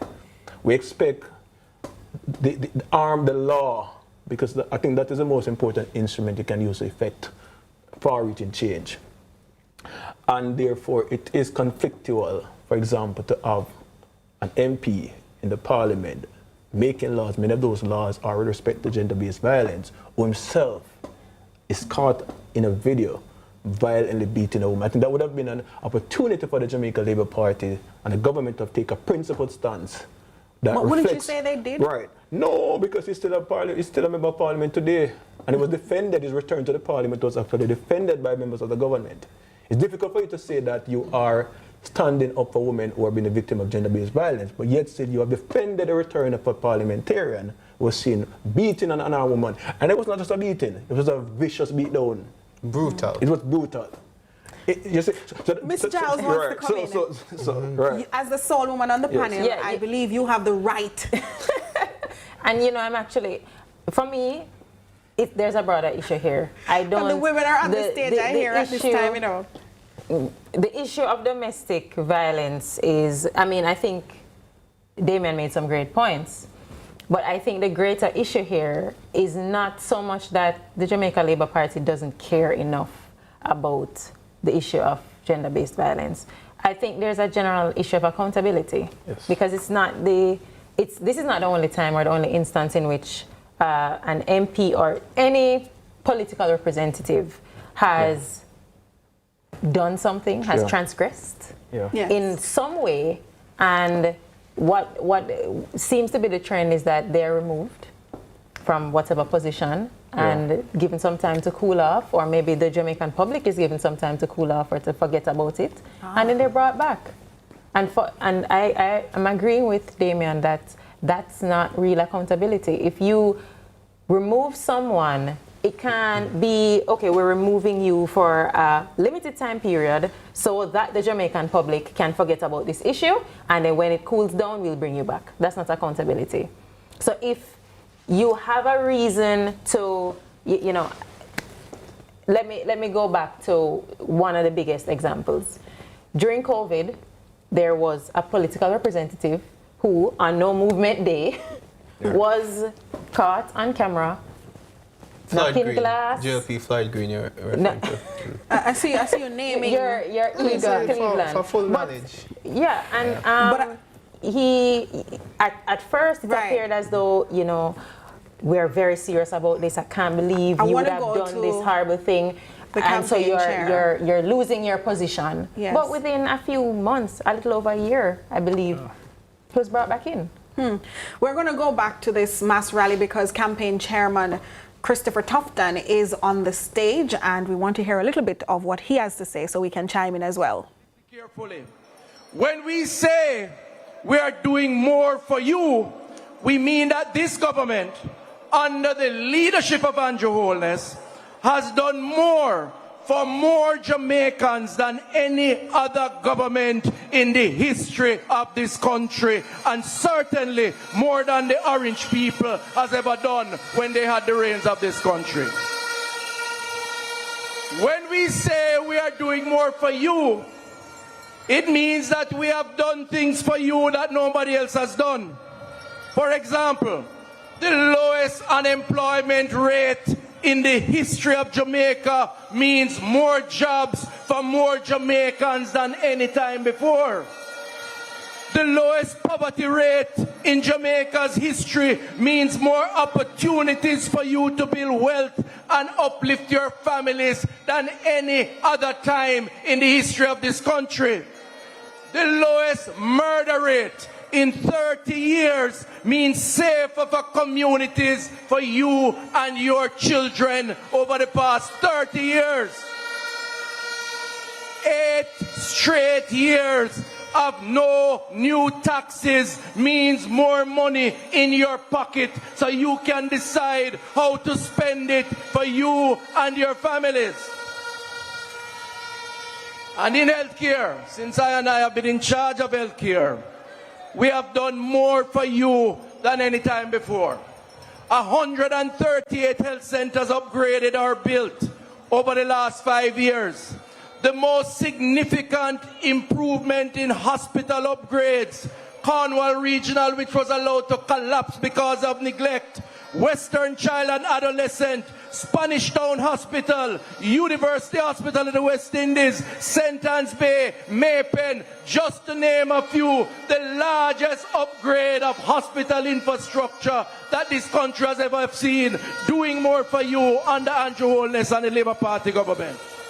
More doctors and nurses, almost 3,000 new posts that have been established to put more doctors and nurses in our hospital and health centers. And every one of you, and I know that you know someone in Jamaica who when them sick and go to the health center, them go to a NHF drug serve window and them get them medication free. 3 million prescriptions delivered to Jamaicans, more than any other time before. And let's not forget, the middle of the greatest global health crisis in 100 years. It's not a pleasant thing to talk about, but it's a reality.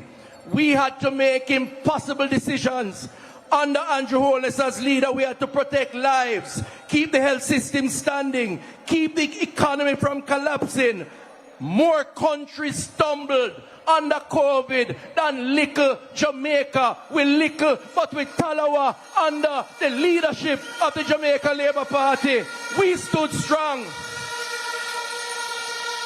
And even though those years of COVID were lost years, your JLP government still created jobs, still built hospitals, still kept taxes down, and still did more for more Jamaicans. That is what we mean when we say we are doing more for you than anybody else in any time of the history of this country. That is leadership you can trust.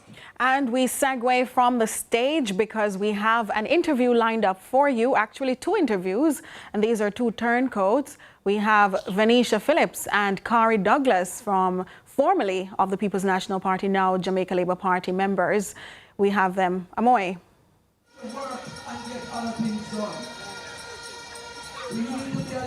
All right, so we are still here at the JLP's rally in Halfway Tree. JLP leader Dr. Andrew Holness still has not touched the stage as yet. However, right now I'm joined by Miss Venetia Phillips and Miss Kari Douglas, who, by the way, are both former members of the People's National Party. First, talk to me, Miss Phillips. The decision to switch sides. What fueled that decision? Well, basically, I believe that the People's National Party, a party I was born into, had lost its way. For years, I'd been trying to say to the PNP that we were losing the very core of what the party was supposed to be about. No one listened. Typical of the PNP. But even as I observed the Jamaica Labour Party as a Jamaican who believe in Jamaica, I saw more and more of all the things that I would have wanted to see the PNP do. The JLP was doing it. And as a Jamaican, if you see that the administration of the JLP is doing right by Jamaica, you have a duty as a Jamaican to support that and to make your contribution. And so, of course, I made my transition to the Jamaica Labour Party, and I have not regret a single day. All right, so Ms. Douglas, jumping over, same question to you. The decision to switch sides, what was the reason behind that?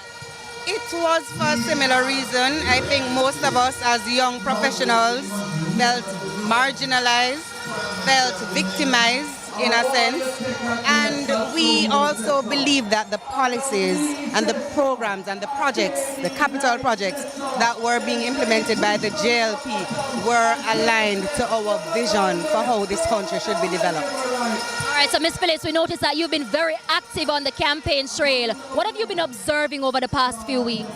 Well, I can tell you that Jamaicans are absolutely elated, enthusiastic about ensuring that we continue to choose Jamaica. So many times we look at other countries and we think, what is so wrong with us? But for the first time in a very long time, you hear Jamaicans saying, boy, things are getting right with us. And so they don't want to turn that back.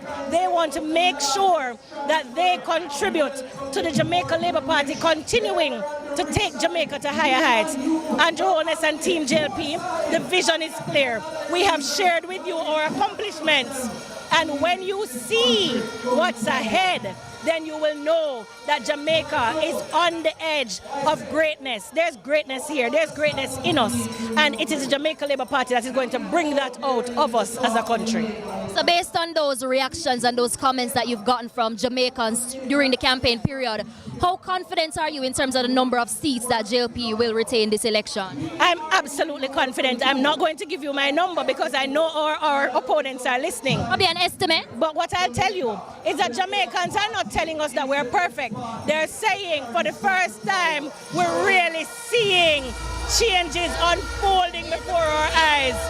We need you to fix this, fix that. So they're giving good feedback, but they welcome the fact that for the first time their tax dollars, they're actually seeing how it is benefiting Jamaicans. From our social programs in terms of the pension for persons 75 and over who has never worked in their life. I mean, that's coming from the days when you had food stamp. Today, you're talking about dignity of a people. They have a social pension. When you talk about summer work for young people, they are able, they get to contribute, you know, to their going back to school. The programs are there. The development is there. It is there for all to see and to touch and to participate in. The third term is actually loading. All right, thank you so much, Miss Venetia Phillips and Miss Kari Douglas. So as you heard, viewers, Dr. Andrew Holness, JLP leader and Prime Minister, has just touched the stage. And as I mentioned earlier, that was Dr. Horace Chang. All right, my bad. But Dr. Holness is expected to join in short order. All right, and like I said, the election announcement is expected shortly. The foundation has been laid and we've been given a very strong platform. We have strengthened our human resources and our financial resources. All right, there you have it. She says that the Prime Minister has entered the chat, and so we will be hearing soon from him. But in the interim, us back here, we want to share some information with you. So we want to talk about the announcement which is likely to take place, will take place in a few minutes. And so in election law, 5 clear days. This means that you don't count the day the announcement is made. So you wouldn't count this evening, for example, and you don't count the nomination day itself. You only count the full days in between. So if the law says, for example, there must be at least, quote unquote, 5 clear days between the date the election is called and nomination day. So day 0, the announcement date, is not counted. Days 1 to 5, 5 complete days in between, and then day 6 would be the nomination day. So this rule ensures, therefore, that there's a minimum buffer of full days for candidates to prepare themselves for nomination papers, arrange endorsements, and meet legal requirements before nomination closes. So we are at day 0. We're going back to Dr. Chang, who is now on stage in Halfway Tree at the JLP mass rally. You have brought the economy back to stability so we can find resources to spend on the problems. Building highways, water supply, hospitals, housing for poor people, social pension, what is required to give people hope in their country and a share of the wealth in our country. Andrew Holness cares, he's concerned, and he's committed to giving you a country in which every Jamaican can feel safe and there can be realize their dreams. I'll be short tonight because you're waiting to hear him. Among his talents is that Andrew Holness choose people that he can work with and is committed to the cause that will follow his leadership. When you look around him, in the leadership of every sector, he found people competent, capable, and ready to assist in leading the country down a path of peace, goodwill, and prosperity. A path in which every Jamaican is recognized and respected. And today I had the privilege of working in a particular area where it needed the guts and political will to build a security force that could deal with the criminal element that run across this country. Crime was rampant. It's the biggest problem we had in my own constituency. I saw the blood. Many weekends, the time it was such that the police never ever had crime scene tape. So I could walk up to the bodies and look on them. Many were slaughtered. My friend is here from Montego Bay, Eroy Central. When you walk into Norwood in the morning, 5 dead. People are shot in their homes. The homes burnt with some still alive. And I could tell they were alive because I'm a doctor. You could look at the position. You went in the Salt Spring, the stone, the yard was covered with blood. You could smell the blood. Those of our country know what a butcher shop looked like. But the atmosphere was thick with fear and concern by families who had survived. That is the atmosphere that across Jamaica we inherited. But we care, we're concerned. Some of those people only live on the wrong road. They lived in attracting and informal settlements where violence producers would walk and they would kill them because they figured they would use cell phone and call police. So we set about to correct that. And our leader, our Prime Minister, committed to do it. He had to invest heavily. There are many things to do, but Andrew Honey's concern was for the safety and well-being of all Jamaicans. He chose Jamaica. That is the kind of leader you have. And that's the leader we need to continue to lead us. He is the one who we need to lead us through. The job is not finished. Work has to be done. He set out to fix the communities and to fix the security forces. We passed legislation. We use not only zones, not only state of public emergency. We passed a new act, Firearms Prohibition, Restriction and Regulation Act, to ensure men who use guns to kill people will pay a penalty. When them kill people wantonly, innocent people, you catch him, you put him away for life. That's what we said. Man who disregard and disrespect poor Jamaicans cannot stay on the street. It's either you give up the gun or face your maker and go to prison for life. One or the other. Violence must stop. The old lady must continue to go prayer meeting Wednesday night. The young boys must be able to play football in the square at nights. Futsal is popular. A man must be able to go to work and leave 1 o'clock in the morning from the hotel, which is now full because Minister Bartlett is putting tourists in the hotel, and come home from the night shift and feel safe. That is the Jamaica we want to build. That's the Jamaica Andrew Honey started to build. The work is not finished. Leadership matters. And I mentioned something before I go on to say more on security. He chose the team. Look around him. On my side of the island, not only crime was high, but tourism was hurting. Today, working hard, Edmund Bartlett bring tourists come full up the hotel them. But we still have to deal with the crime. And today, across the world, Jamaica now have a level 2 travel advisory. You're going to see tourists like sand grain on the sea at the beach out there when that done, because we fixed the security problem. And we fixed the health problem. We are fixing the health problem. The problem that affect Jamaicans, the problem that affect the economy, and Johon is set out to fix them. But the job is not done. And I urge all of you, when you leave here as laborites, all Jamaicans, you listen. The job needs leadership to complete the task. We are at a crossroads. Choose the right road. When you look on one side, you have a man who says can lead, but who going with him? He's not only a lesser leader than our leader, but he have nobody around him. Nobody can lead. One speaker already mentioned it. My leader just celebrate independence. What did he say? Be proud, be bold, in the black, green, and gold, the national fabric of Jamaica. Right. Be proud. Well, I said to the other one, him sound like, well, I don't tell you what, I'm not going to say what him saying though. Him sound like a man who go to Bendong Market and look cheap cloth. You know Bendong Market? I said, here we go. We are with the black, green, and gold fabric of the Jamaica flag. That is our leader. He set about, despite of the challenges, to invest in our security forces. And today, everyone out can accept we have a new Jamaica Conservative Force.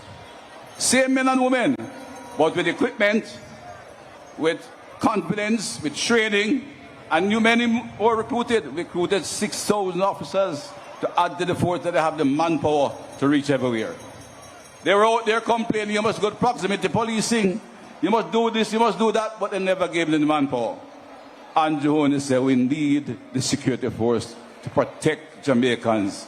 Today, in this year, 7 months, there are 298 Jamaicans alive because Andrew Holmes invested in the police force. And this police force is reducing murder every day in greater numbers.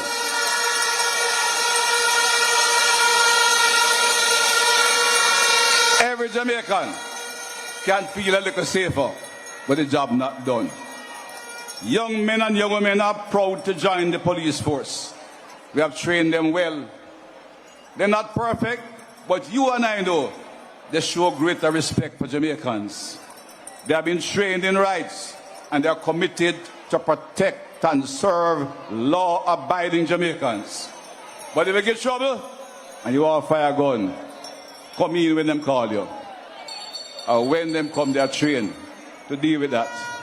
We have prepared, trained, and organized a security force to give Jamaicans safety and to provide an environment that we can not only move our own safely, but build an economy. My friends, my colleagues, and Jamaicans across Jamaica, you have a simple decision to make in the next few days. There are two roads ahead of us. One, we have started to build public safety. You can walk, you can go to your prime meeting again Wednesday night. You can walk to school in safety. I go to a school, you find them up there, send them out by taxi to far away. You can now play at nights, whether the old man play domino on the street light or the young boys that play futsal. And we have started back to give permission for the parties, because we know entertainment is a big part of Jamaica's life. It's an economic activity. And my police officer will say, yes, you can do your water party till midnight. We start again. This is how we are working to restore vibrancy in our community. And the zones of special operation, the roads are fixed. The zinc pens gone. Garbage collection up. Drains put in place. And we're giving titles, new schools, new police stations, and opportunity to train young men. In Montego Bay and Kingston, we started to train young men in driving articulated vehicles, heavy-duty equipment. They get good money, and women can do it too. You get to drive a trailer, you make good money more than somebody in a big office. It is because we are committed to a safer country, to a strong community, and to people who can realize their dreams. Andrew Michael Honis, choose Jamaica and choose Jamaicans. So, I give you two simple messages. Leadership matters. And there's one leader, one man who can lead us on the road to a safer and more prosperous society. And Dr. Andrew Michael Honis. When the time comes, make sure you put that X beside the bell and reaffirm the mandate for the Jamaica Labour Party and Andrew Honis. Two roads. You need a leader to complete the task. If you want safety, reduce violence, increase prosperity, you travel that road with Dr. Andrew Michael Honis. God bless all the laborites and the people of Jamaica. Again, we will reaffirm our commitment to the Jamaica Labour Party, to Andrew Honis, for a better country and a more prosperous country. Choose Jamaica laborites. Third term, be Lord. We do so much already, now we doing more.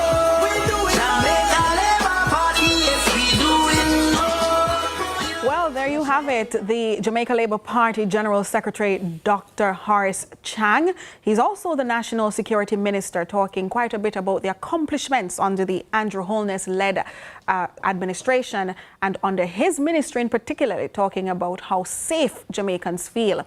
I know that before that we heard also from two political turncoats, and this gentleman here has been begging me to respond. So Cleveland, you may respond, and then we will tackle the matter of national security and the general statement a while ago. Right, Nika, there's context. Again, context is always important. And I know that there's a sentiment in the public domain of persons leaving the PNP, fleeing to what they regard to be greener pastures.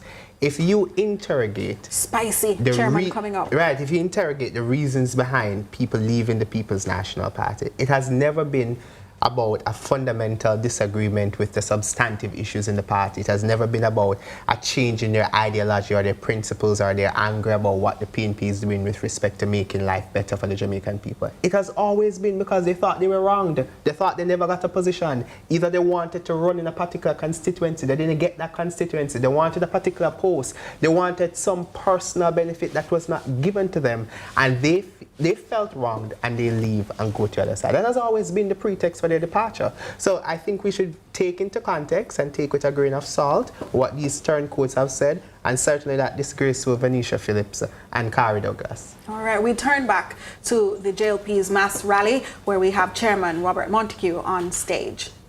Towards a new term, we come to you seeking your support. Let us first thank God for his mercy, strength, and blessings. He has guided us through COVID, burial, and other challenges. We come knowing that all the work is not done. We acknowledge that there are still challenges and issues, but Andrew Michael Holness, our leader and Prime Minister, have a history of completing commitments. We also know that Andrew is a youth from Spanish Town. He has walked your journey. He understands your pain, your struggles, and he wants you to succeed. You know that Andrew cares for you. So he needs you, and he needs one more term to continue doing the things to improving your life, your community, and your family. There is still much to be done. We in the Labour Party respect, love, and care for you. And that is why we will always humbly ask, appeal, even beg for your support. We do not take your support lightly. We value your support. We will work for your support. We have earned your support, and we treasure your support.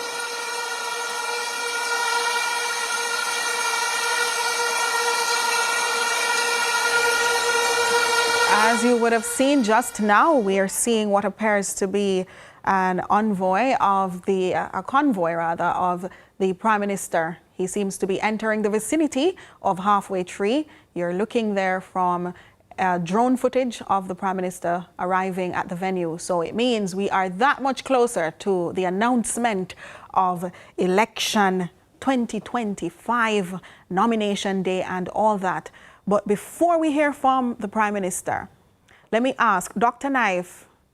He's on Halfway Tree Road, I hear, heading into Halfway Tree towards the clock, the famous, the historic clock. All right, so it's one way in the opposite direction now, as you can see. Well, typically, because I'm not a fan of Kingston and St. Andrews traffic. So it's a one way in the next direction, I'm being advised. North along Halfway Tree Road. Passing the Scotia Bank, heading towards the clock. I see the crowd almost waiting patiently to hear. Right. So the chairman is still at the podium. The Prime Minister is seconds away, it would seem. Not sure how we will get through that. On rural Jamaica. And we want to discuss some programs with you for rural development. We commit to utilize artificial intelligence and its possibilities.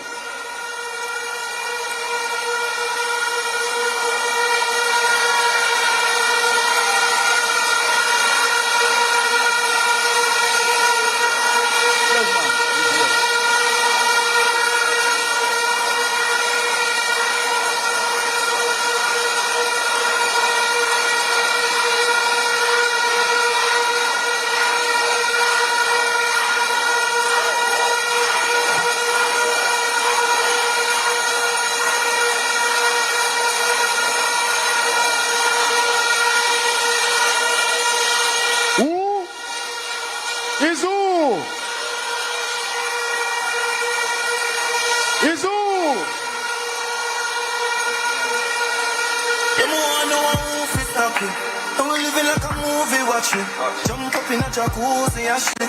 Get on you just a move to the cash way. I'm one who fi slow me down. Watch glory run. Them think we story done. I'm one who fi stop it. And we living like a movie, watch me. Jump up in a jacuzzi, Ashley. Get on you just a move to the cash way. I'm one who is slow it down. Watch glory run. Them think we story done. Nothing to change, can be the danger. Can be the fire, me no danger. Started the game, I'm never complain. To the back of field, man a stranger. Tell them I'm ready, say I feel I'm afraid. Can't make them lock me in them jail. Stocking up the paper, wrapping out them grades. Rapid it, me have to strap them with the laser. Get some girl and get tired and watch it sailor. Girl that she talk me sharper than a razor. I never man a father, God not feel me savior. Me pop it off anyway, I'm in a cater. And when you start to make money, watch it later. Them no love to see this skyscraper. Hustle hard for me life greater. Center stage and we have to do it major. Don't know who fi stop me. Living like a movie, watch me. Jump up in a jacuzzi, Ashley. Go for it, go for it. I'm one of our who fi slow me down. Halfway tree. Them think we story done. The amount of call we have can't hide. The amount of ride we walk outside. The amount of burn a boy walk white and we out ya pull up fast and slide. Cash we attack, we not talk. Halfway tree. Leave my right. Who the ready? Prime Minister Jamaica, Mr. Andrew Wallace. Who was the champion? Who was the big man? Who run the island? Who got the best plan? Who had the champion? Who was the big man? Who run the island? Who got the best plan?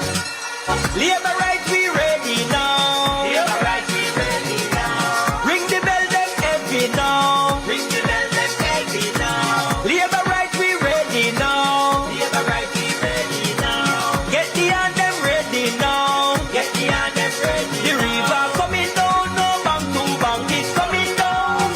The river coming down, no bank to bank, it's coming down. Labor right coming down, to bank, him coming down. Brother coming down, to bank, him coming down. Who was the champion? Who was the big man? Who run the island? Who got the best plan? Who had the champion? Who was the big man? Who run the island? Who got the best plan? Halfway tree. Halfway tree. I want you, labor rights, to welcome to the platform leader of the great Jamaica Labour Party, Prime Minister for 1 term, Prime Minister for 2 term, 3-term Prime Minister, Andrew Michael Holness.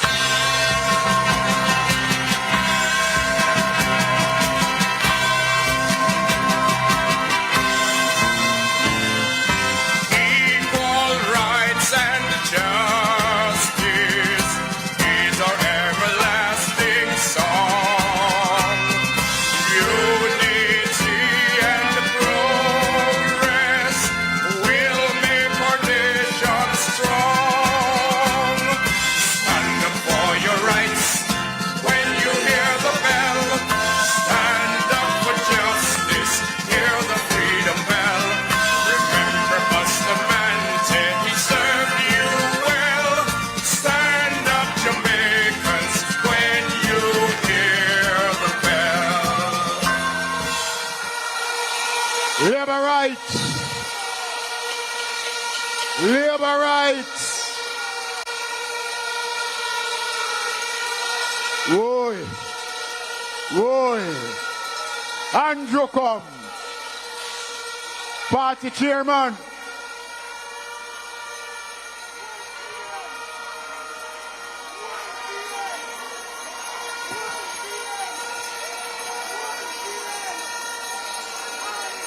Labor rights. Labor rights. Mr. Party Leader, I beg you come here 1 minute. And I want to ask the crowd in Halfway Tree, what time is it?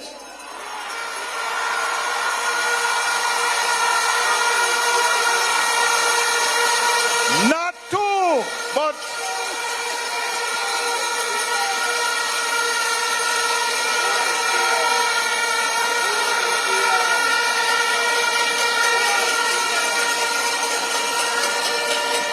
rights,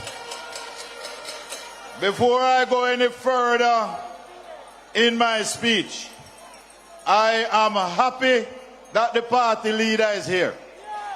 Because yesterday we had Central Executive. And yesterday at Central Executive, when we met, we passed one resolution. And I am happy to report to you tonight what that resolution was about. That resolution converted our caretakers and divisional and constituency chairmen into candidates of the Jamaica Labour Party.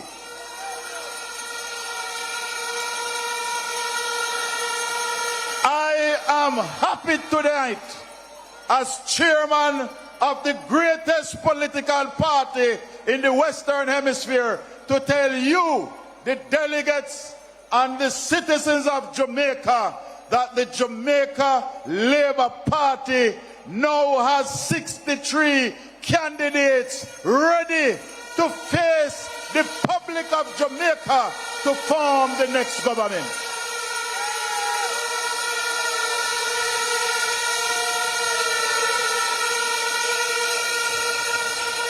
The Secretariat has worked very hard.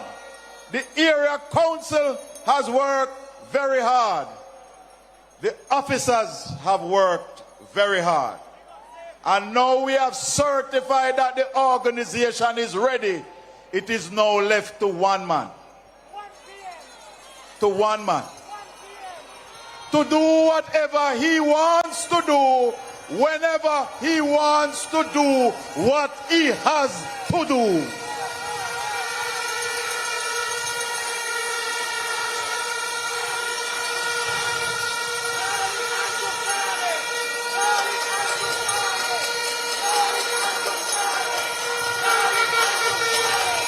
A few more minutes. A few more minutes. A few more minutes. And all the people that was betting, and all the people I say Ray, and I say Ray, a few more minutes.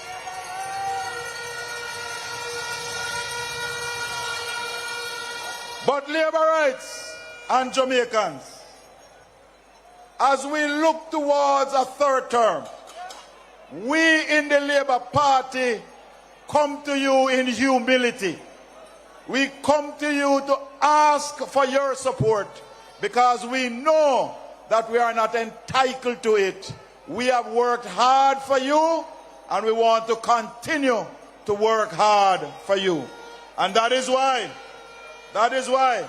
we are going to be using and utilizing artificial intelligence and its possibilities to help with rural development. We will train more farmers in the use of AI that will increase yields through the use of drones and the hydroponic system.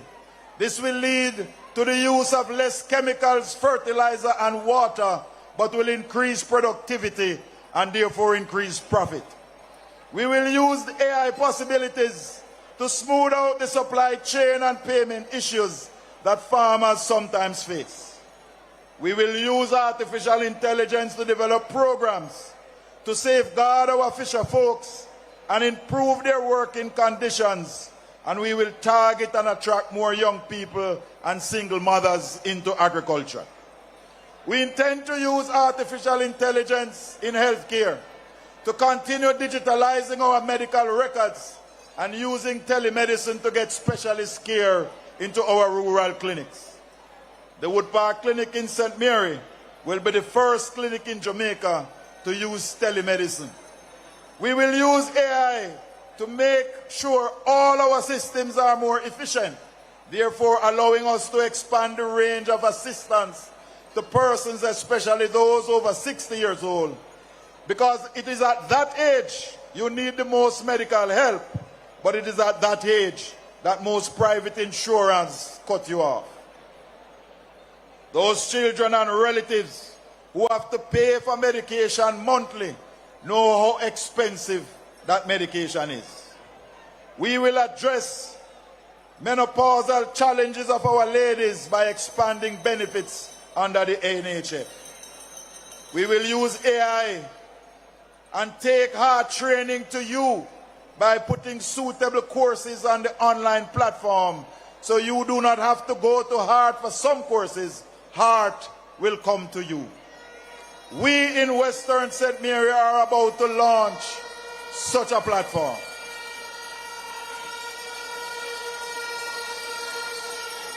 We intend to train more of our people, young and not so young, in the use of artificial intelligence, so that they can use their phones to start a business, how to trade on the stock market, and how to design and build apps. We will use these platforms also to tackle illiteracy in this country.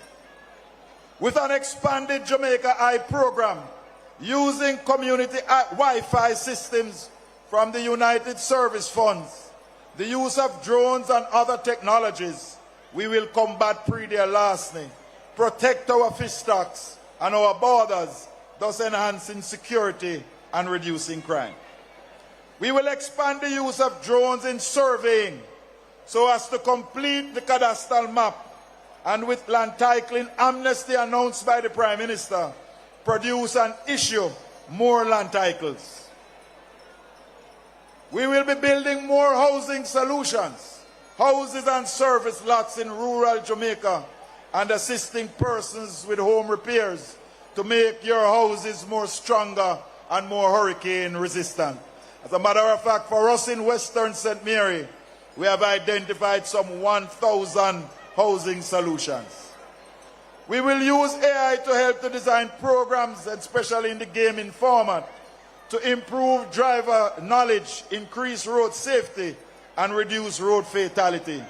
A new day is coming for our bus and taxi operators. We will work hard with Heart Trust and the ITA to train and certify more drivers.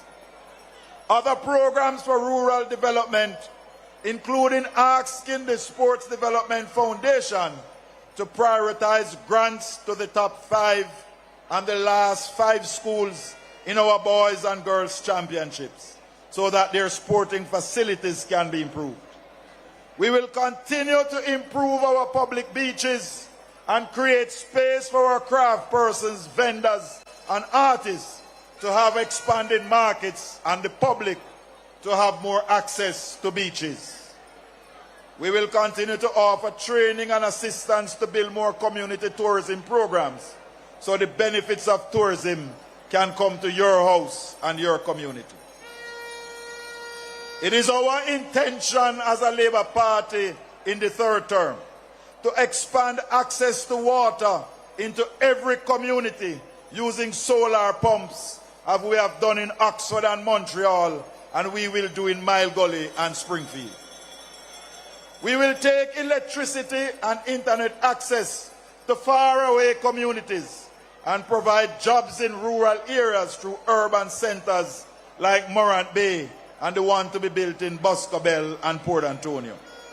We commit to improving the rural road network by making new roads and bypasses, fixing community and farm roads, and their maintenance by expanding the Lentman system and doing more bushing and drain cleaning. These are just some of the bold new ideas and the continuation of programs that work. But you will see more and get more details when our manifesto is launched. We could have done more, but remember, we lost 3 years to COVID. But we as a Labour Party government did not lay off one government worker during COVID. As a matter of fact,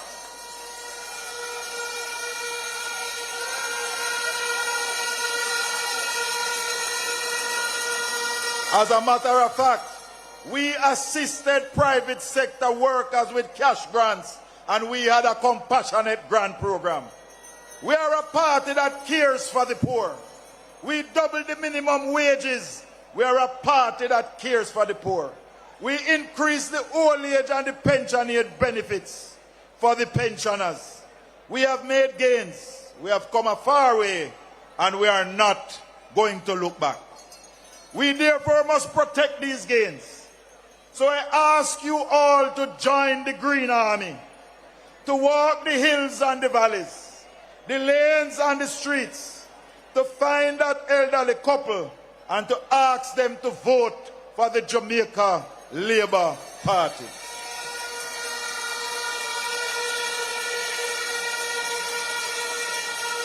Help us to locate that person whose name is on your voters list, but they move from the community. Help us to find them, bring them back, and make sure them vote for Labour.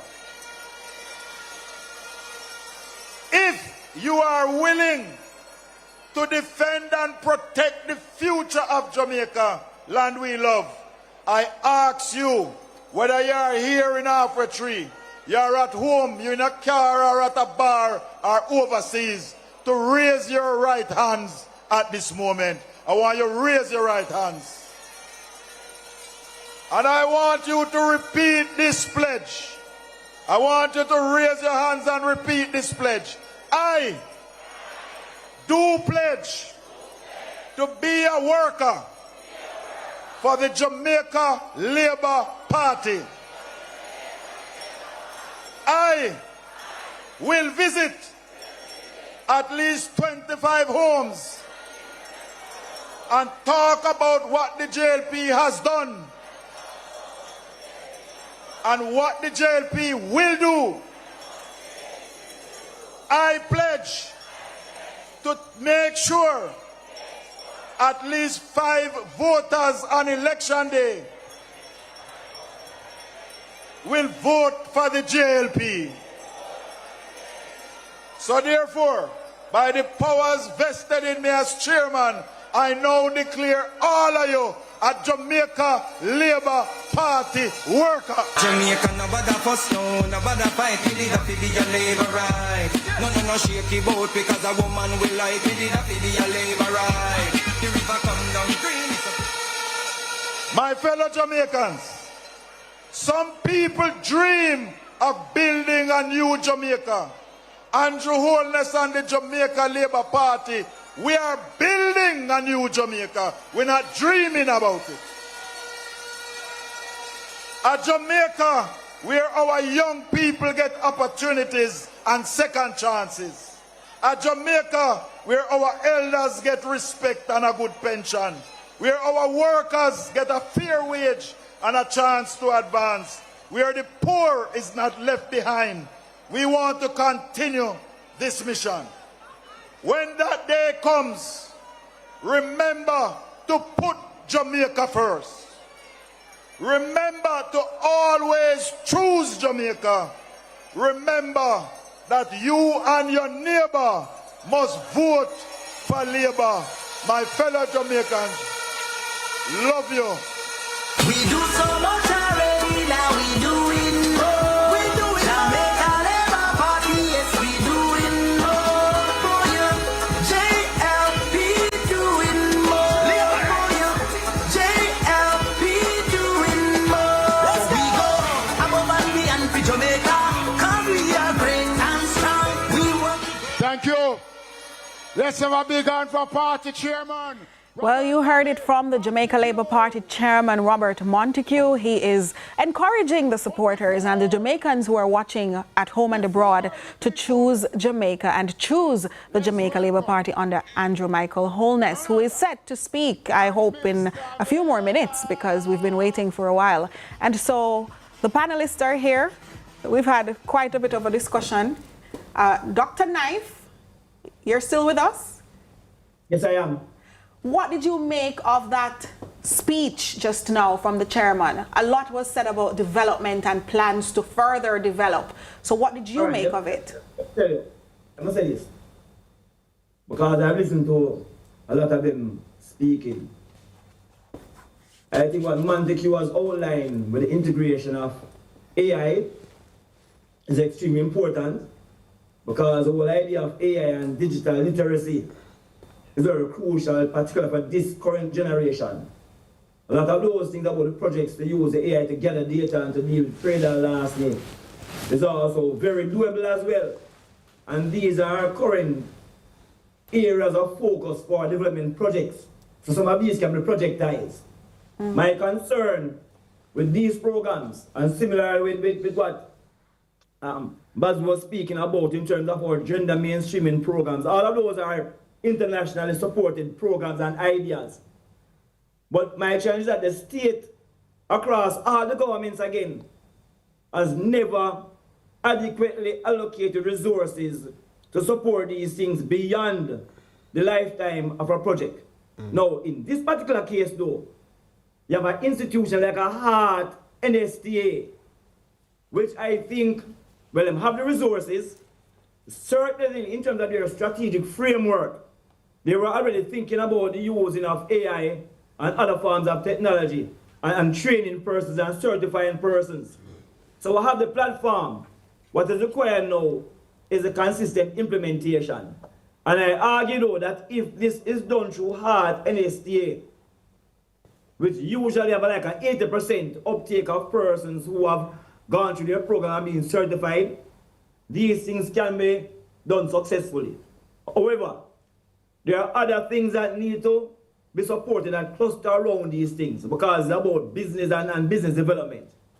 And so what I have not heard, which is usually the biggest challenge, the supporting institutions like a JBDC, a Bureau of Standards Jamaica, a SRC Jamaica, 3 key institutions, a SDC. None of those institutions are being strengthened to provide the support services that are required to move all of these sectors forward, like a RADA. If you listen to Floyd Green spoke about many of these big projects that are being implemented, but yet still, the extension service unit of RADA remains the same. Which is already way below what is required. About 100 extension officers to serve 2,000 persons. 400,000 persons, or 200,000 persons in agriculture. I mean, it's a lot of challenges, but I think we have the systems in place. But the failure of governments across both PNP and JLP to commit resources to support these things in a sustainable and systemic way has not been there. But I think Bobby Montague's pronouncements, to me, are the most credible things I've heard so far. You know, and in terms of what can we move from an idea into something that is actualized. Yes. So we're going to bring Damien, Mr. Gordon, back into the discourse because we've been talking a bit about this development and what Jamaicans mainly would be looking at a time like this for a government seeking a three-peat. What is your understanding of where our politics needs to go and what will it take to get us there? Because currently we're talking a lot about GDP and not so much about what Dr. Knife pointed out, some of these arms to get us to the next level. Yeah. So I think an economy exists to serve people. And the most important measure of the health of an economy is how people feel about that economy. And we have conducted polls and we have asked Jamaicans, how do you feel about the direction of the country?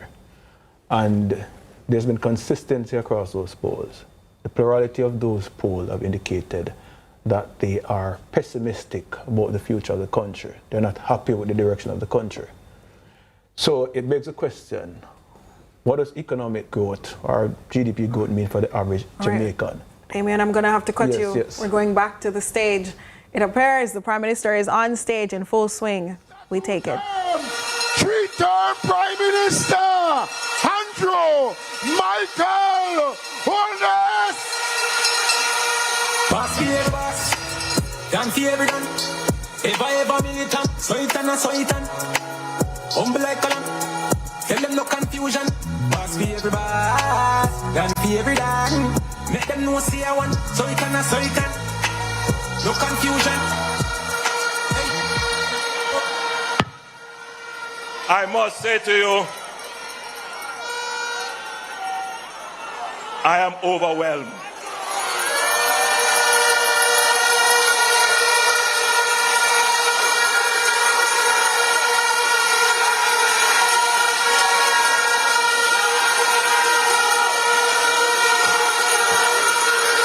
I reflected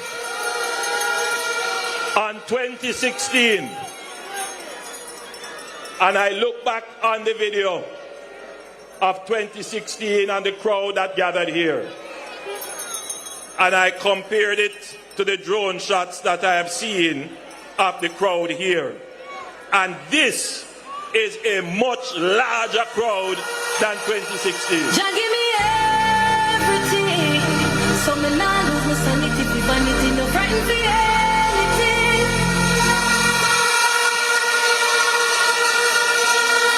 It is an important point to make because governments in their second term usually lose momentum.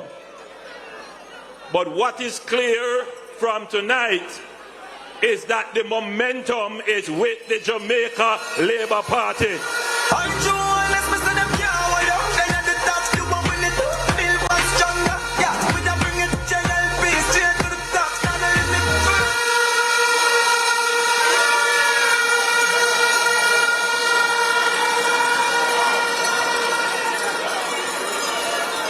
The momentum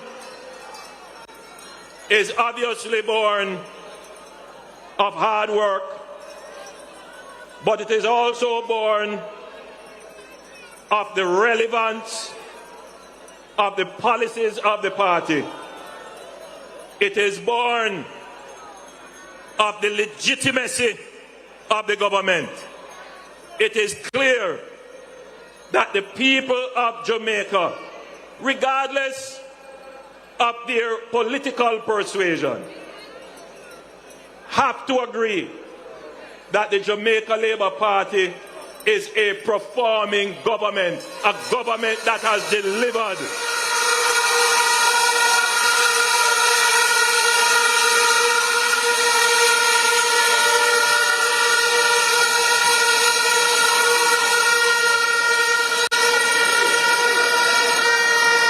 We have been able to deliver for the people because we are a party that believes in hard work. We believe that by the sweat of our brow we shall eat bread. That is the ethic of our party.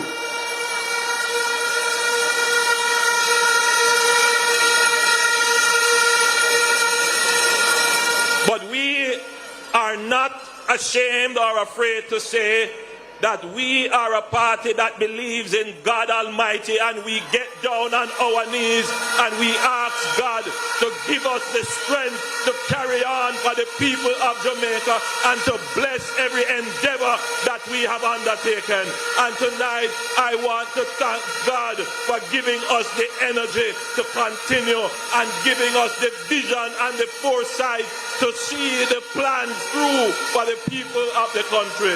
I give God the glory for tonight. You make me stronger. Oh, come on. Sir, you make me stronger.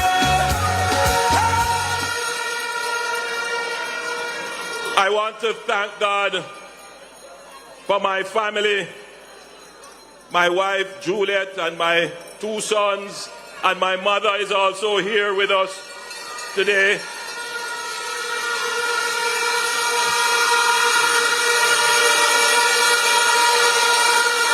My sisters are here with me, and I know that my father is watching somewhere in St. Elizabeth.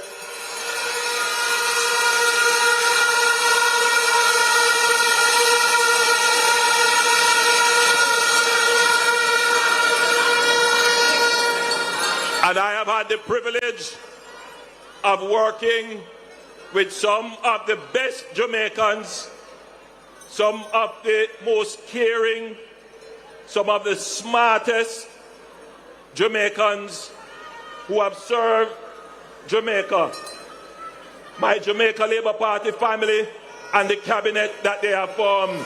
I want to tell them thanks as well. Family, I mean say family.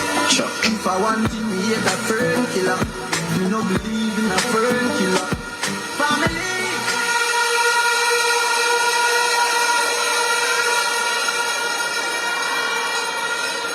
And I want to thank you, my family. You are my family.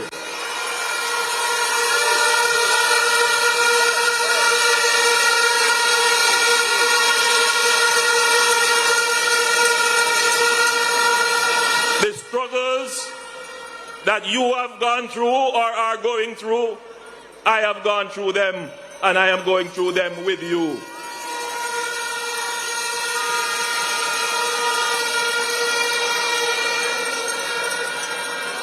It is not by mistake or by a courtesy that when I walk among the people, the elderly hold me and them say, "My son."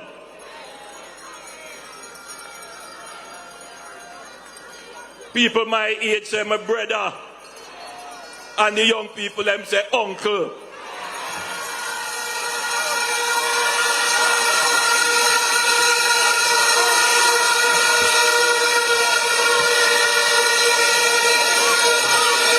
That is because they know they can identify with me as I identify with them. They know that I have never taken my eyes off the important things that affect them. They know that. And they know that if I say I'm going to do something, I'm going to do it. And if I change my mind and say I'm not going to do it, I'll come and tell you I'm not going to do it.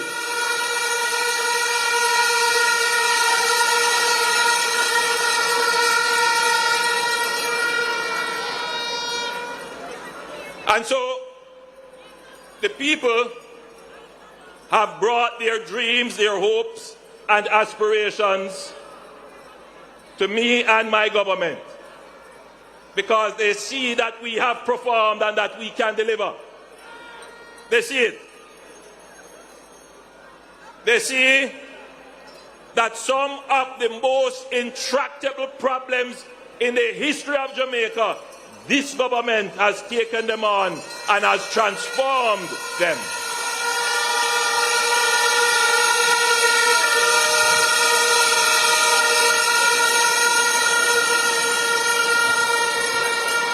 Take crime, for example. When I was a much younger boy, I was coming home from work with my mother. My mother used to work at the NIS office in Spanish Town. And I would walk home with her from Spanish Town to Ensom City. Those of you who know the distance, a few miles of walking. And we reach a point where some gunshots start to fire. This was coming up to the 1980 election. And I'll never forget it. Myself and my mother, we had to run and duck. You remember that, mommy? And it stuck in my mind that Jamaica should not be a place of violence. It shouldn't be. It should never be. Because we are such a peaceful people. We are such a loving people. We are known for our hospitality. But this kind of violence has crept into our culture. Today, I heard the sad news of a policeman and his family who was attacked and his wife killed, and I want to send my condolence to that family. I know that the police high command is working on that case, and I have no doubt that those persons who committed that heinous act, that they will see justice and swiftly.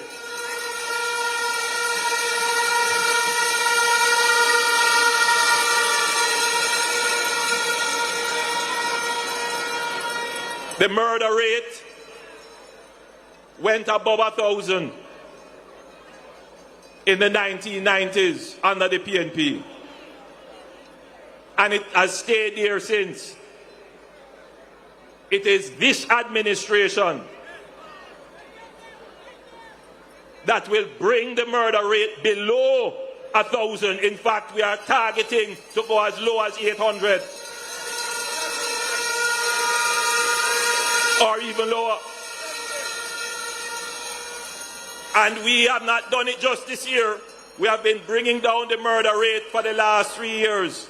And we intend to make Jamaica the most peaceful country in this region. And we know we can do it, and we will do it.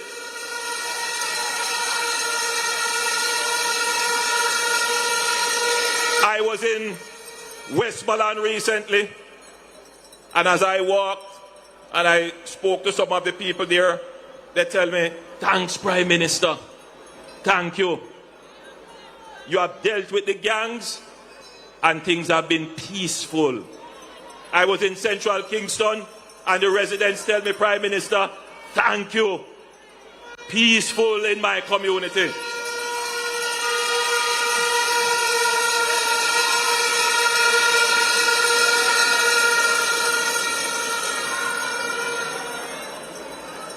Housing. As I walk the communities and I go into some of the homes, I see the conditions. Some people not living anywhere. And I want all of you to know this. I was born in Spanish Town at 56 Cumberland Road in a board house with my great-grandmother, and I moved from my great-grandmother. I live with my mother, then I go back to live with my grandmother until my mother got an NHT house. I know personally the struggles for housing that this nation has gone through. I am intimately aware of it. And that is why we have targeted to build 70,000 new houses in Jamaica.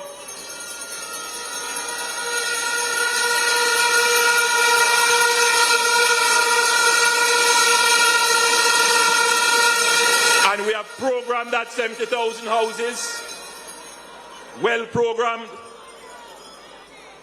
The NHT has already programmed 50,000 of that, and the HAJ and the new social housing program, in addition to what we are building in Bernard Lodge, will complete the commitment of 70,000 new houses.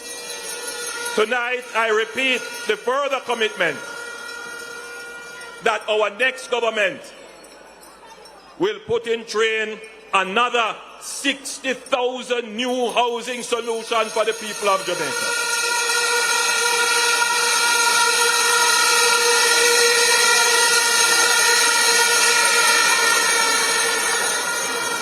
The objective is to increase the supply of housing so that the price of houses can stabilize and get cheaper. That is the real challenge. This administration has unlocked the secret of doing that. We are doing it under the NHT. We are doing it with our new developments, such as in Bernard Lodge. And we have recently announced a massive new development which will take place in Innswood, which will see 10,000 houses under the Greater Innswood Development Area.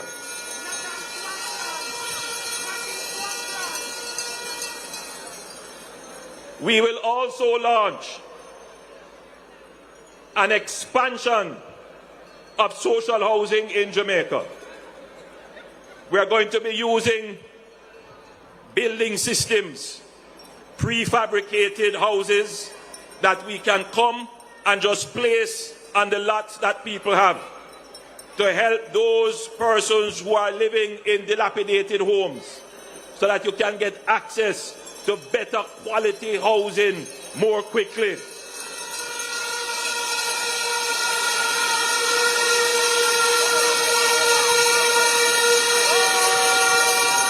We have now perfected the new social housing program.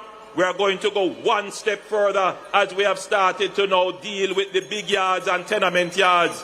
I know many of you are here, live in big yard and tenement yard, one little space with all 10 houses in it. We will change that in our next term.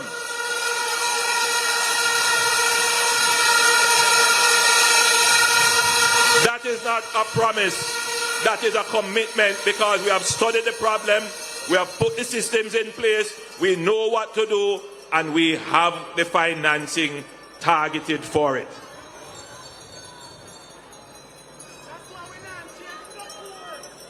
I want to talk a little bit about public transportation. Again, I used to have to take the taxi and bus to school. Sometimes I couldn't bother because you couldn't get it. Sometimes the taxi man don't want to take you. So I used to walk to school and I didn't mind. When I started at university, myself and my wife Juliet will tell you that we used to take the bus. That time it was 250,000 bus.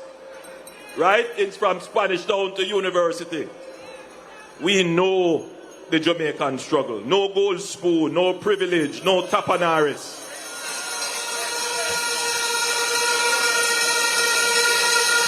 And that is why we make policy for the benefit of the people, because we know what the people go through. This is not something that we read in textbook. That is why we have made the investment in improving the JUTC. The JUTC is now the most efficient it has ever been. We are approaching close to $1 billion of savings in the JUTC. Want you to understand this. When we get efficiency gains from good government, what we do is we give it over to the people. Some of that we will be using, as we have done, to purchase the school buses, to roll out the school bus program. But here's what we're going to do. Come January, come September rather, when the new school term starts, we will give free transportation to all school children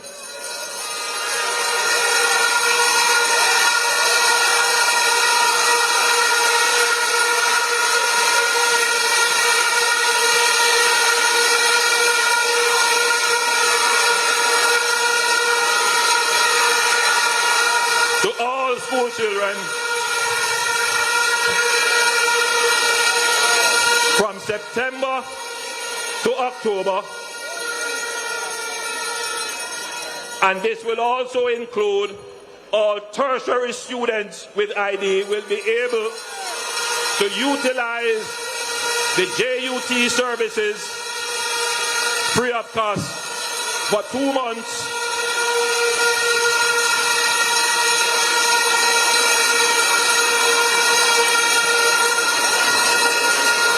I'm going to come back to the reasoning behind that. But we have more buses to come. So you are going to have a first world public transportation system that will get you to work on time and in comfort and affordably.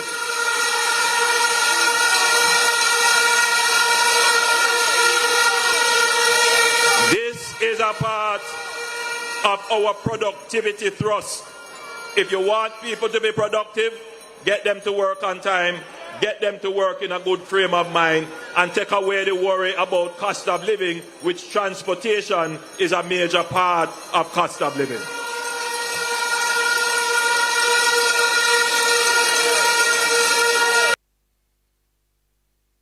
Area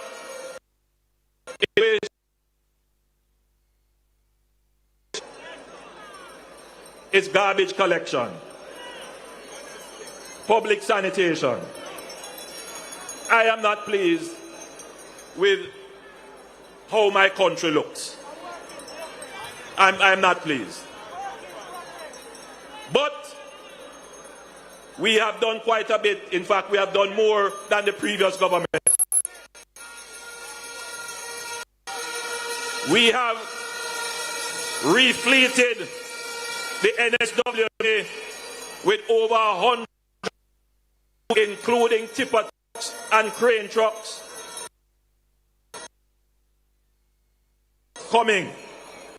But that is not going to be the major solution for keeping our country clean.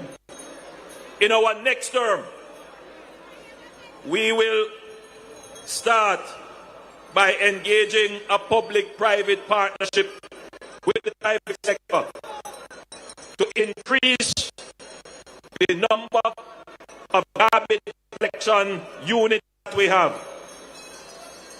right across the island. It will be contracted out in a significant way, which will ensure that every community in Jamaica will have regular garbage collection services.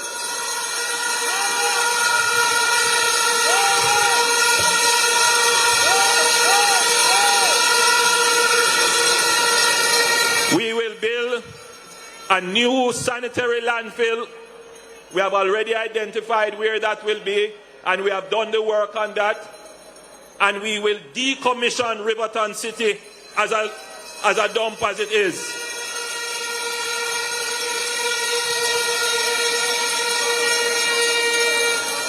We will work with the communities that are in and around Riverton City, and eventually Riverton City will become the next frontier for economic development in Kingston.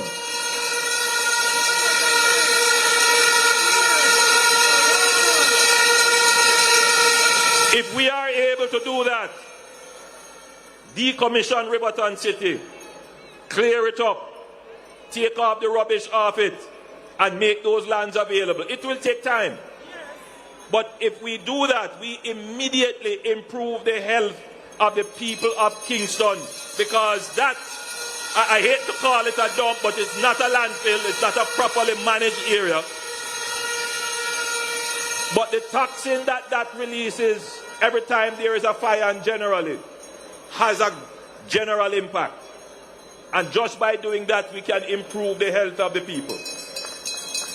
But the big thing that we're going to do is to introduce a massive program of recycling of waste, which will include the separation of garbage and to turn waste into energy.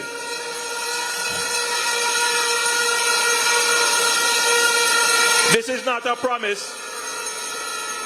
This is something that we have already studied, we have already done, and we will start to implement in the 3 phases I've mentioned. One is the public-private partnership for the collection of public municipal waste. 2, the building of a new sanitary landfill. And 3, the construction of a new waste-to-energy plant, which will create a demand for waste to be converted into energy. What that means is that your plastic will have value, because the plastic will become the fuel for the new energy plant. And that is something that we have already committed to, and we will put in place in the new government. We will make Jamaica clean as a whistle.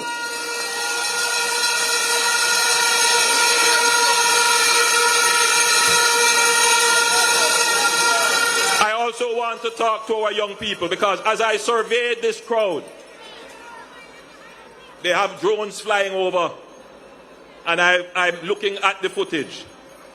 And there is a lot of young people in the crowd. In fact, there are more young people in the crowd than I had expected. Majority of the crowd is young people.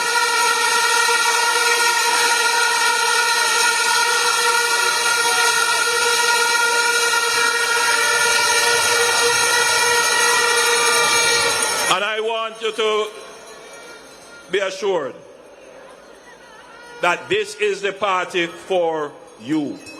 We are the party that is best for young people.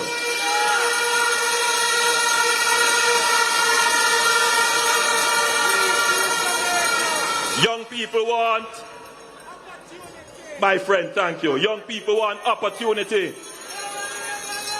They want education. They want employment.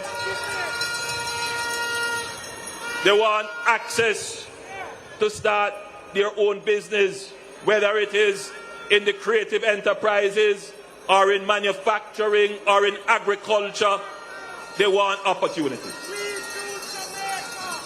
And so we have started to repurpose HEART to focus on providing our young people with not just skills, but with the opportunities to convert those skills into economic benefit.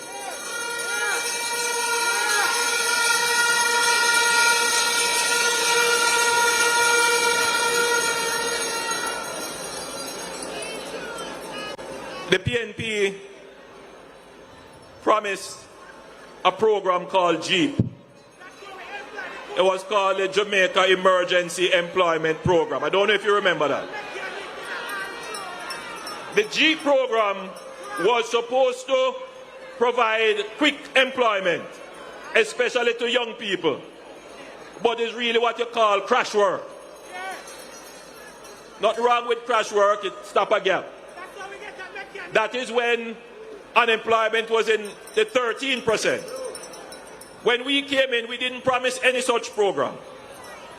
What we gave was a program called the HOPE program. And under the HOPE program, we took 20,000 youngsters and we trained them in work-ready skills. And it always gives me so much pride when I meet them. Recently, I met one young lady who said, "Prime Minister, you don't remember me." Well, I can't remember 1 out of 20,000, but she said, "You came to where I was training. I was learning to stitch and sew." And she says, "I now have that skill. I do my stitching and my dressmaking. But you know what? The other skills that I have learned, I am now a travel agent."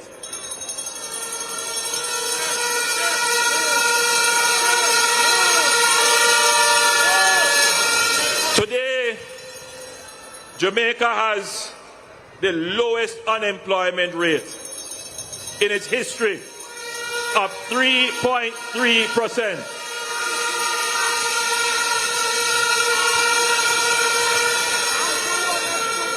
I want to draw an analogy. Someone sent me a note, and I just want to point out that note. We are just reaching 3.3%. We have never been 3.3% unemployment in Jamaica. In 1978, Singapore, listen to me good now. Singapore is a country the size of the parish of St. James. It has currently about 5 million people. Jamaica has about 2.8 million people. Back then, its population would have been the size of Jamaica now. In 1978, 47 years ago, Singapore had an unemployment rate of 3.3%. In other words, 47 years ago, Singapore had the unemployment rate that we have now. Singapore's unemployment rate is much lower now. But you know what Singapore's per capita income is? Somewhere in the region of about $60,000 US. That means everybody who stand up here, who is of working age, their average income is about $60,000 US. Our per capita GDP, our per capita income is somewhere about $7,000 US. For us to get to $60,000 US, it means that we have to keep our people employed for the next 47 years going forward. It means that you have to have an economy that is working, an economy that is properly run. You cannot take any risk with the economy. The PNP has never run the economy of this country well, and if they ever get a chance on this economy, they will destroy it as they have done every time they have run this country.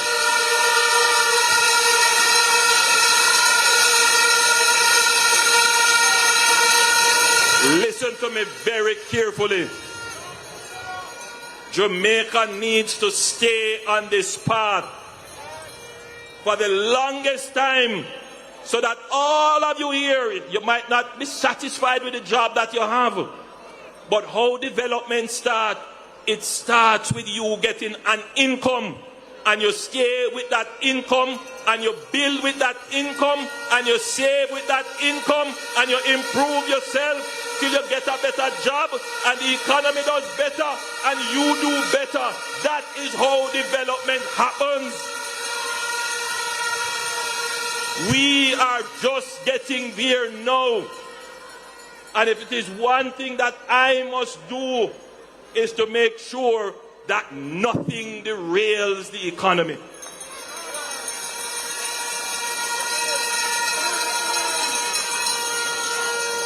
The PNP have spread a notion that the economy is for the big people.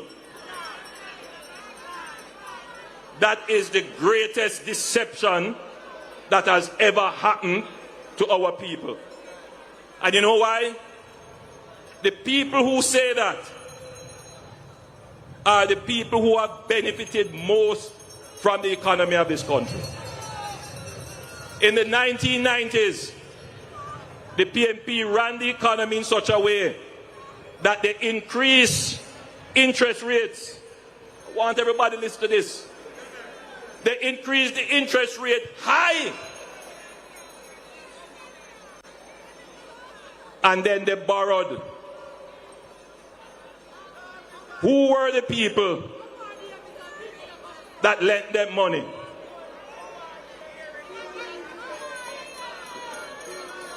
They are in Parliament today. They benefited. They built a business on the high interest rate policy of the PNP.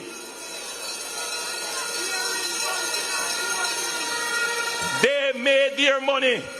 Those tapanaris made their money on the backs of people like you, because it is the taxes that you paid that pay the high interest rate to those people. Poor people don't have money to lend to the government.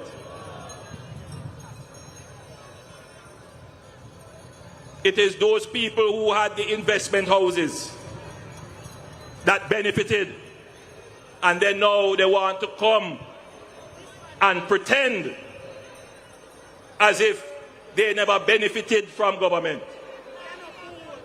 They benefited from the bad economic policies which affected you. It was so bad that a member of their own party, a member of their own cabinet, a man of the cloth, a man who was a churchman, he had to comment. His conscience was pricking him.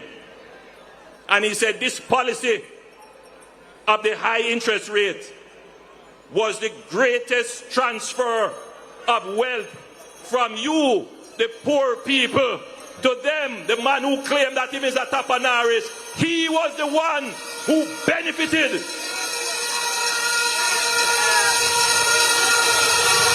No poor person in Jamaica should ever allow that man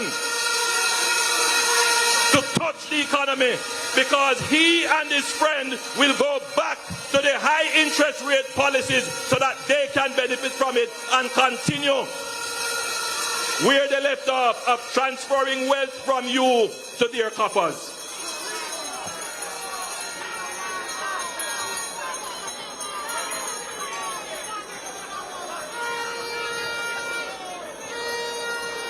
Whatever little I made in life, I made it just like you. I buy 2 taxis, Then I open a taxi company. And I go through the struggles just like everybody else. I want to thank those who thought that by releasing documents that they would somehow diminish me. I am a true Jamaican. I went through the Jamaican struggles. And I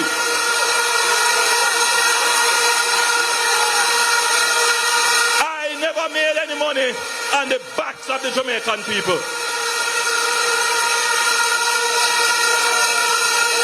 I never made any money off of government. When it was proposed to increase my salary, they go around and tell lie. A man in a bar, I say, oh, me make $28 million. I say, really?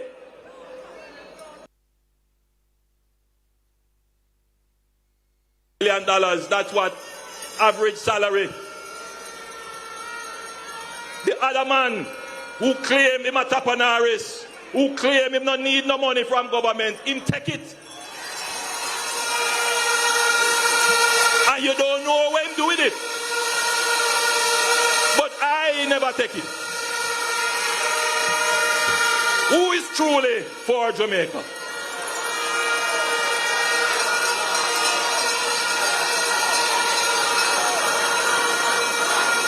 Who is truly for Jamaica?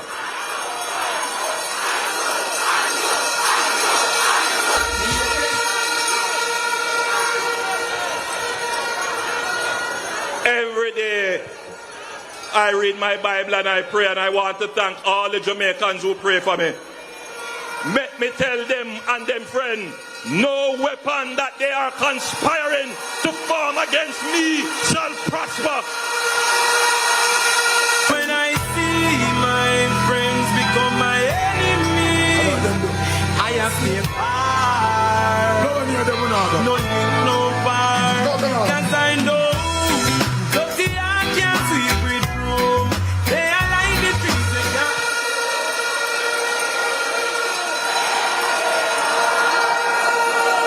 So, you know, I am you. And you are me. We are one. I will never do anything to harm you. We have gone through the same struggles.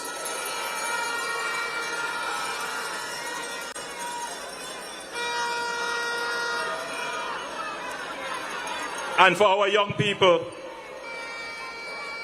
especially those who are looking to go on to tertiary education, we have looked very carefully at the student loan. And you would have seen that we have removed the requirement for guarantors. Now you can, on your own, get. The next thing that we are going to do, and I should tell you that if you are a tertiary student and you are doing well in school, you maintain a grade point average of 2.5 or higher, you can apply to the Student Loan Bureau to have your interest rate reduced. So that's another thing that helps you.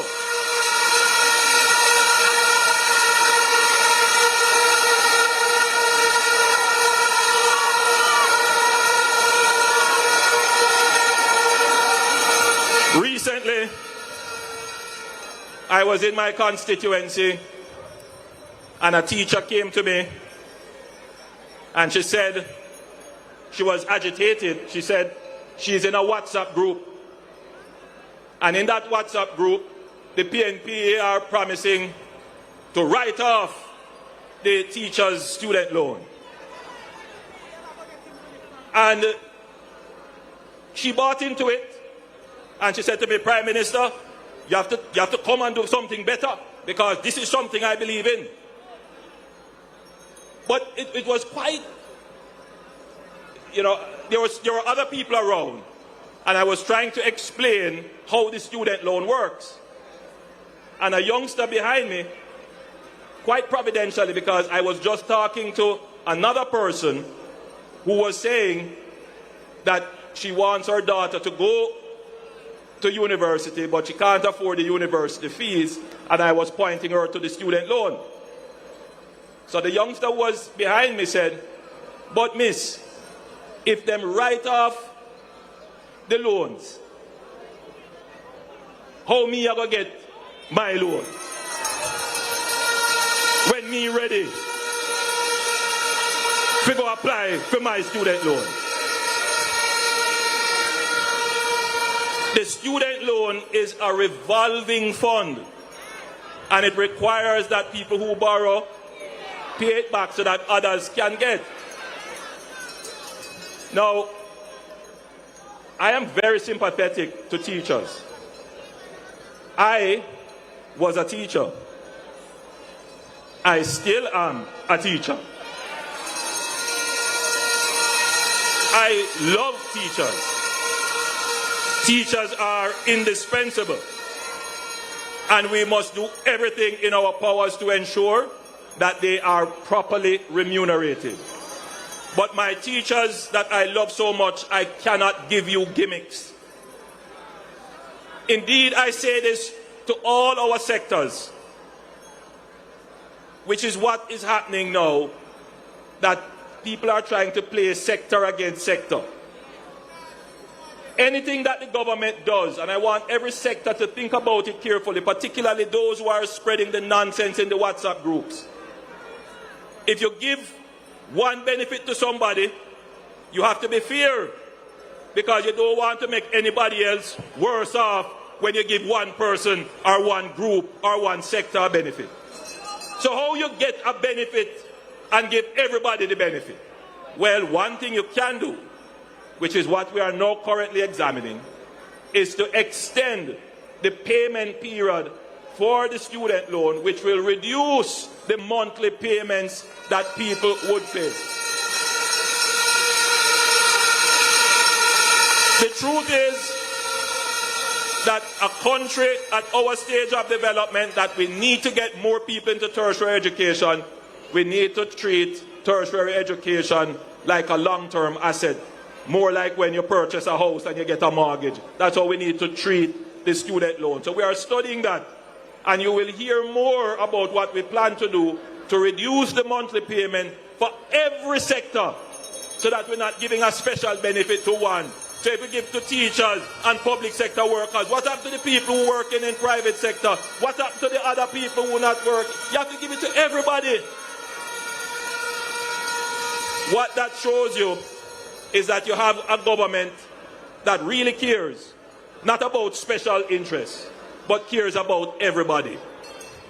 Make sure what we do is fair and equitable to everybody. One of the other things that I know is affecting a lot of Jamaicans now, as we move across the country, we pick that up. We see a lot of children with severe learning challenges, including from autism and other spectrum disorders. And the parents simply just don't know how to cope. We don't have enough of those services in Jamaica. So what we are going to do in our next term, we are going to invest in expanding the existing facilities that we have, particularly at MICO. And we're going to build new facilities to ensure that eventually we have one such facility in every parish in the island to treat with those persons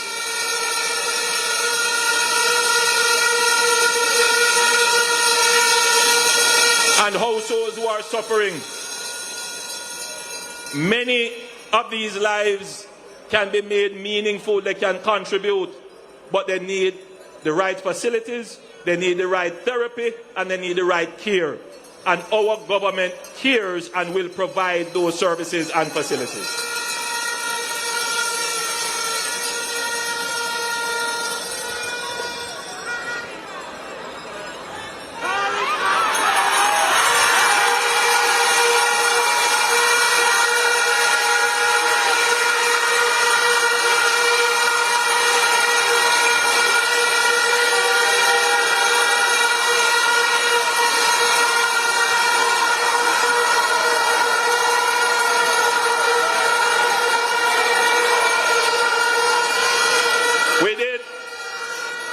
Minister Matthew Samuda, I'm sure would have told you about all our plans for water, but he didn't mention that we are going to launch a new amnesty program for medium, small, and micro enterprises, where we will, as of the 1st of September, write off 50% of the outstanding amounts that these medium, small, and micro enterprises owe in water bills. This is about getting us back into full production mode. It's about for them keep up. Me a go hard on my song, them a creep up. For real reality, my dream turn young, go get a youth hero. No one me a start from zero. No. I could go on and on. I have a list here with all kind of things that we are going to do. But we have more to come and more opportunities to express to you. The big point that you have gathered here to hear. Andrew going walk them one by one. Labour going walk them two by two. Kirk, me friend, walk them three by three. Best government we run the country. Malabaleng. Look how we balance the economy. Feel Labour, thank you, Lord. Enough people never have key, but now them own a yard. Nobody's so bad.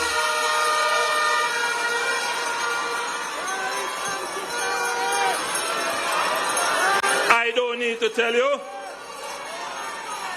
that this is the best performing government in the history of Jamaica. Them can't run, them can't hide, them can't do what they Labour right, never mash them up. Yeah, Labour right, why mash them up? Whoa, them can't run. Everywhere I go, I tell you something. Look, we produce a book with all our achievements. 250, we have about 1,000. But we couldn't put 1,000 in a booklet. You know when something is valuable, when you walk around and you give it out to people, you don't see them throw it away on the floor. In fact, when I go to people's houses and I'm doing my house to house, they ask me, Prime Minister, give me one of the books them now. We have had to print another set of the books because the first amount that we print, finish off, everybody take it, and everybody wants the next set. So we still have, and we're going to be giving that around. The PNP has no answer to that.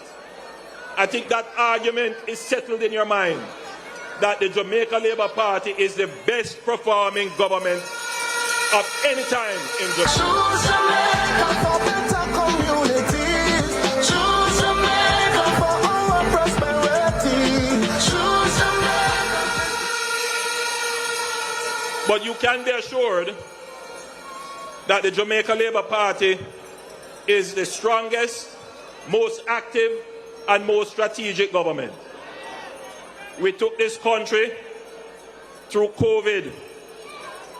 We took this country through Hurricane Beryl and several tropical storms, through supply chain crashes, through high inflation, and we have not missed a beat. We are a solid government. There was never a time when this country felt like there was no one at the wheel. This government plans for the long term.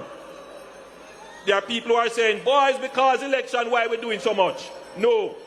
If you check back our Facebook page, our Instagram, our all of them, you name them, Twitter, TikTok, I don't know me, I cut it.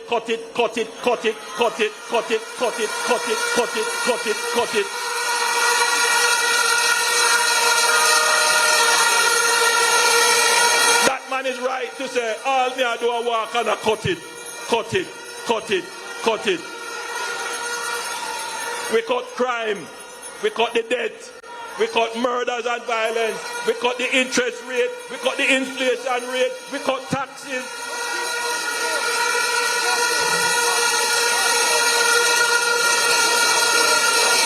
But we are able to do this because we have been planning for a long time. So we put things on a train line and then they roll automatically. We go on to the next one. So you have a government that is rolling, that you don't want to disturb that train rolling because there's much more to come.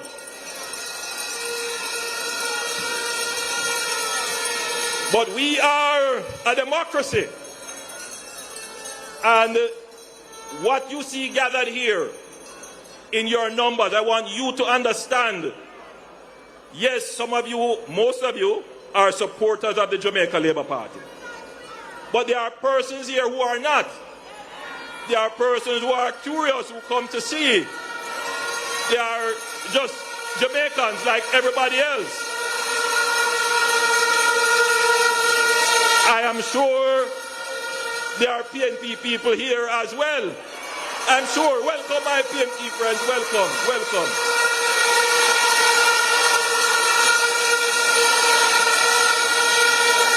And remember now, we are international. It is amazing. As I am walking and I stop somewhere, somebody said, take my phone and say hello to my niece. She there foreign. She want to come home, come vote for you. So I want to acknowledge all Jamaicans in the diaspora who are interested to come and vote. I welcome you back home. I am grateful for your support.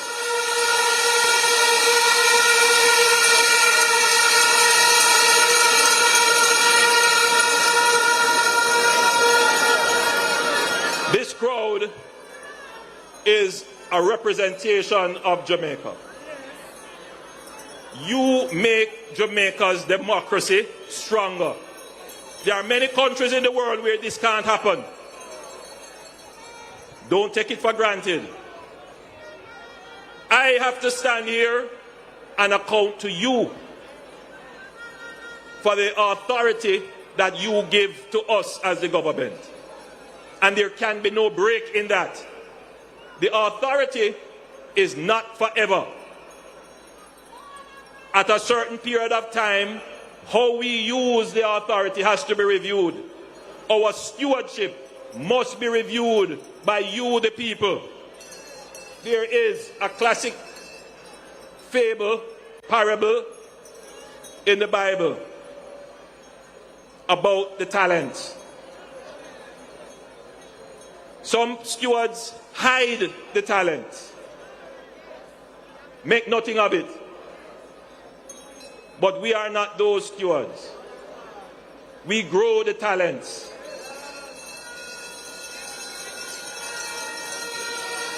We take the resources and we make them more. We are good stewards. And we ask you, the people, the masters, to make a judgment, to make a choice on who will steward your affairs. So earlier today, I advised His Excellency the Governor General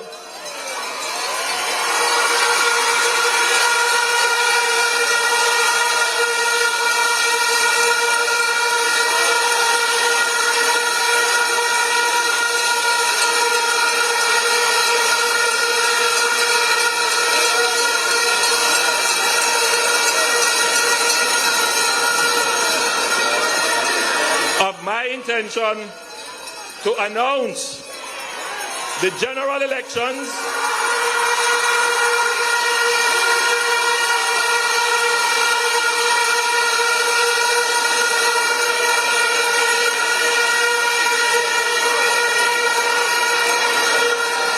for him to set certain processes in place, including the dissolution of Parliament.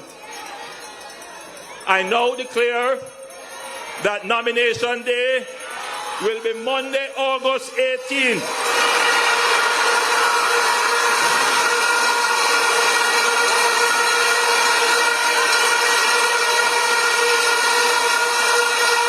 And the general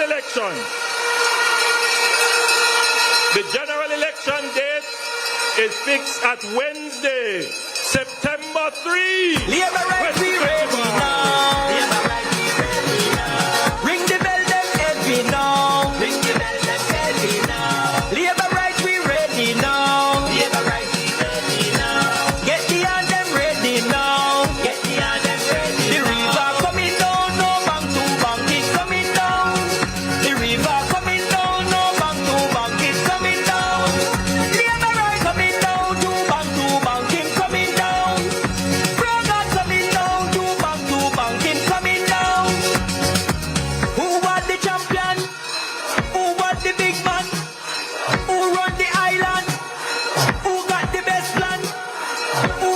champion? Who was the big man? Who run the island? Who got the best plan? Who was the champion? I also wish to inform you that local government by-elections in the Chancery Hall Division, the Olympic Gardens Division, the Seabright Gardens Division, and the Denham Town Division will be held concurrently with the general election in those constituencies. Labour rights, we ready now. Labour rights, we ready now. Ring the bell, then heavy now. Ring the bell, then heavy now. Labour rights, we ready now. I will ask the Minister of Local Government to formally make the announcement. Thank you, Prime Minister. Just to advise that after consultation on a letter written by Kingston's mayor, we have taken the decision to endorse the announcement made by the most honorable Prime Minister. So all 4 divisions on election day will have their rightful representation.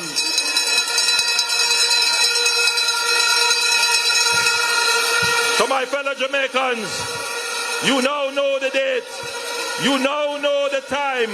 We ask you to choose wisely, choose Jamaica, choose the Jamaica Labour Party, choose the government that has delivered and will continue to deliver for you. Choose the government that cares and loves you. Choose the Jamaica Labour Party. God bless you. Go home safely. Campaign hard.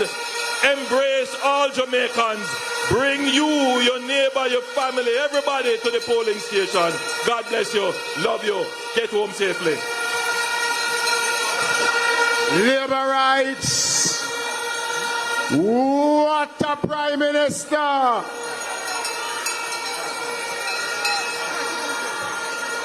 We will now close with the playing of the party's anthem.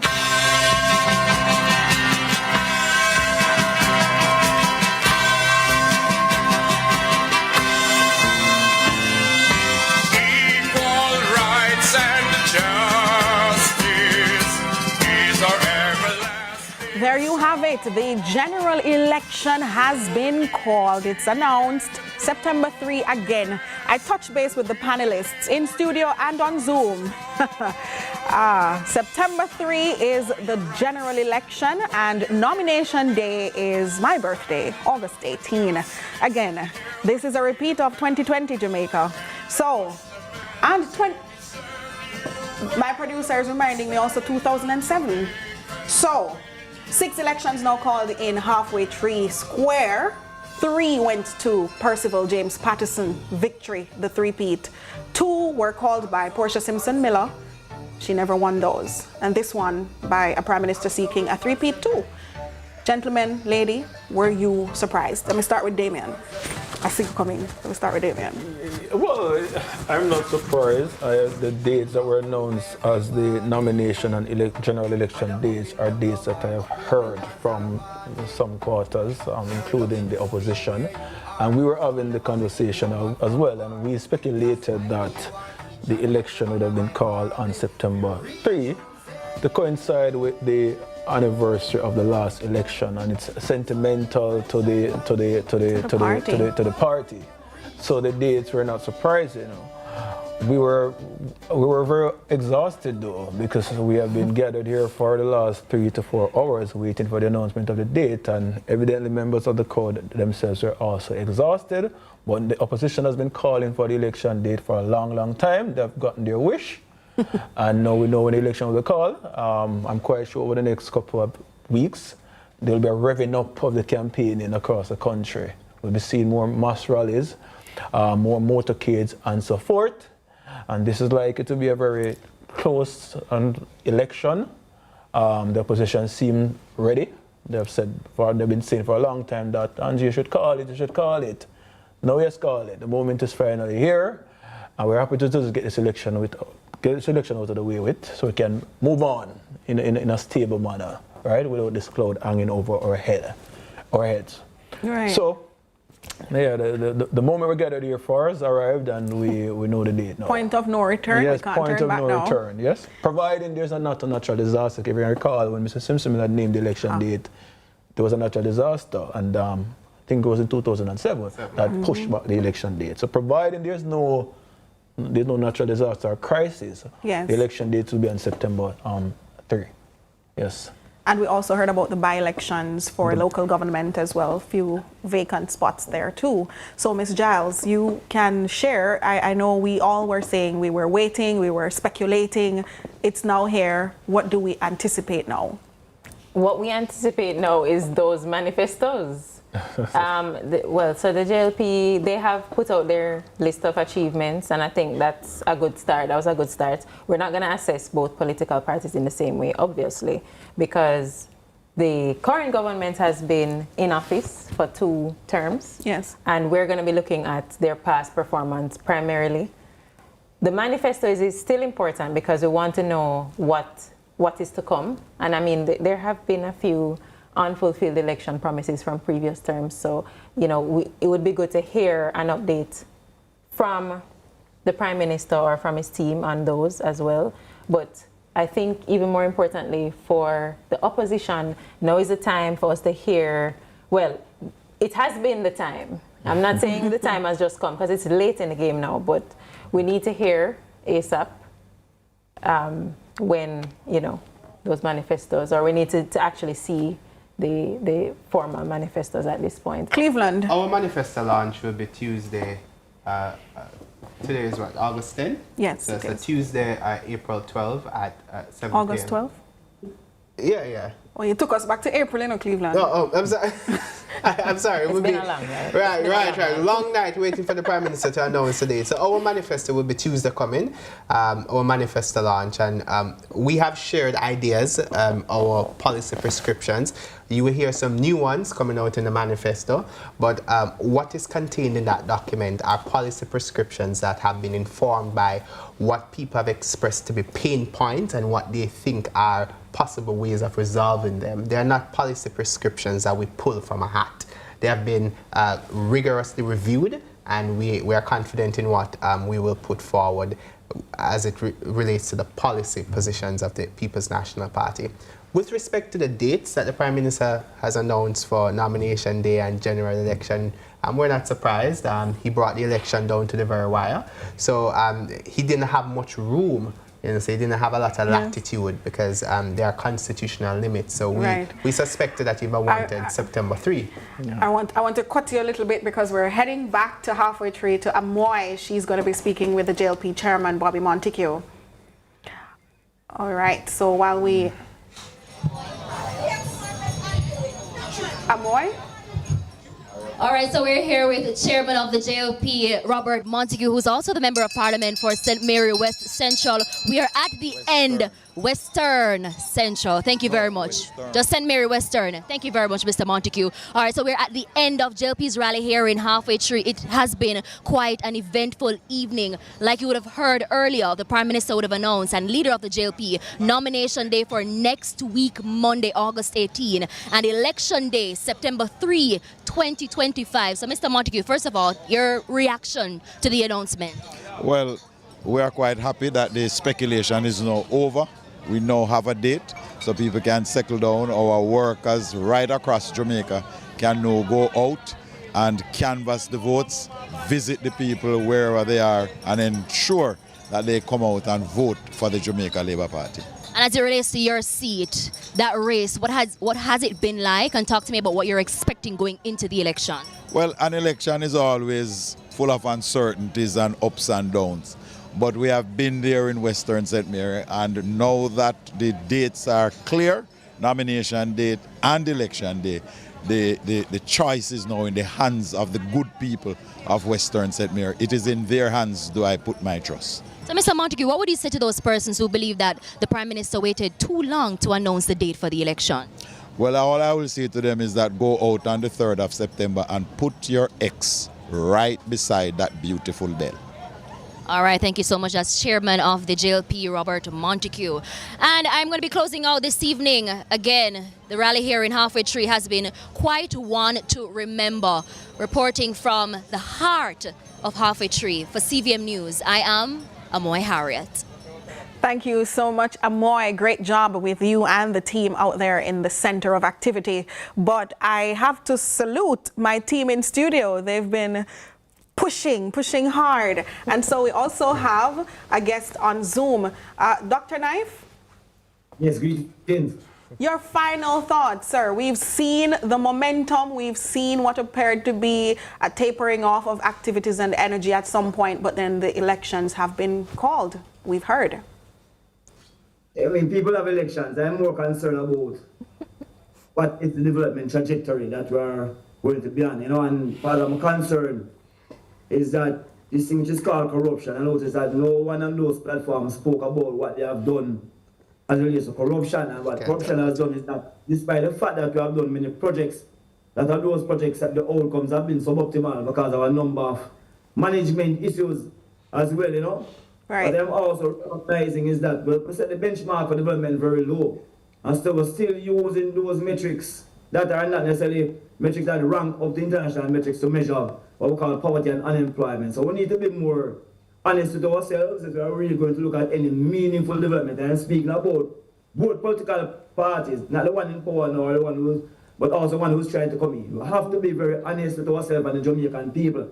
And set high standards. You can't lower your standard because you want to seem like you're doing something good. And both parties have been guilty of doing that for decades now. All right. Thank you, Dr. Knife. And we're trying to make a quick exit because we know the traffic is going to be too much out there. But you are the man, the last man. Well, I'll use the minute to respond to Dr. Knife. No, just react. Well, react, yeah, to react to Dr. Knife, that the whole administration's legacy and corruption. He asks what, he didn't hear anything. I can tell you what they have done. We have a Prime Minister who's before the court now, seeking to challenge the Integrity Commission and to undermine it and to strike out a key provision of the Integrity Commission Act that establishes illicit corruption. We have a Jamaica Labour Party where many of its members have undermined, have vilified the chief integrity watchdog in the country, which is the Integrity Commission. They have no moral authority to speak on matters of corruption.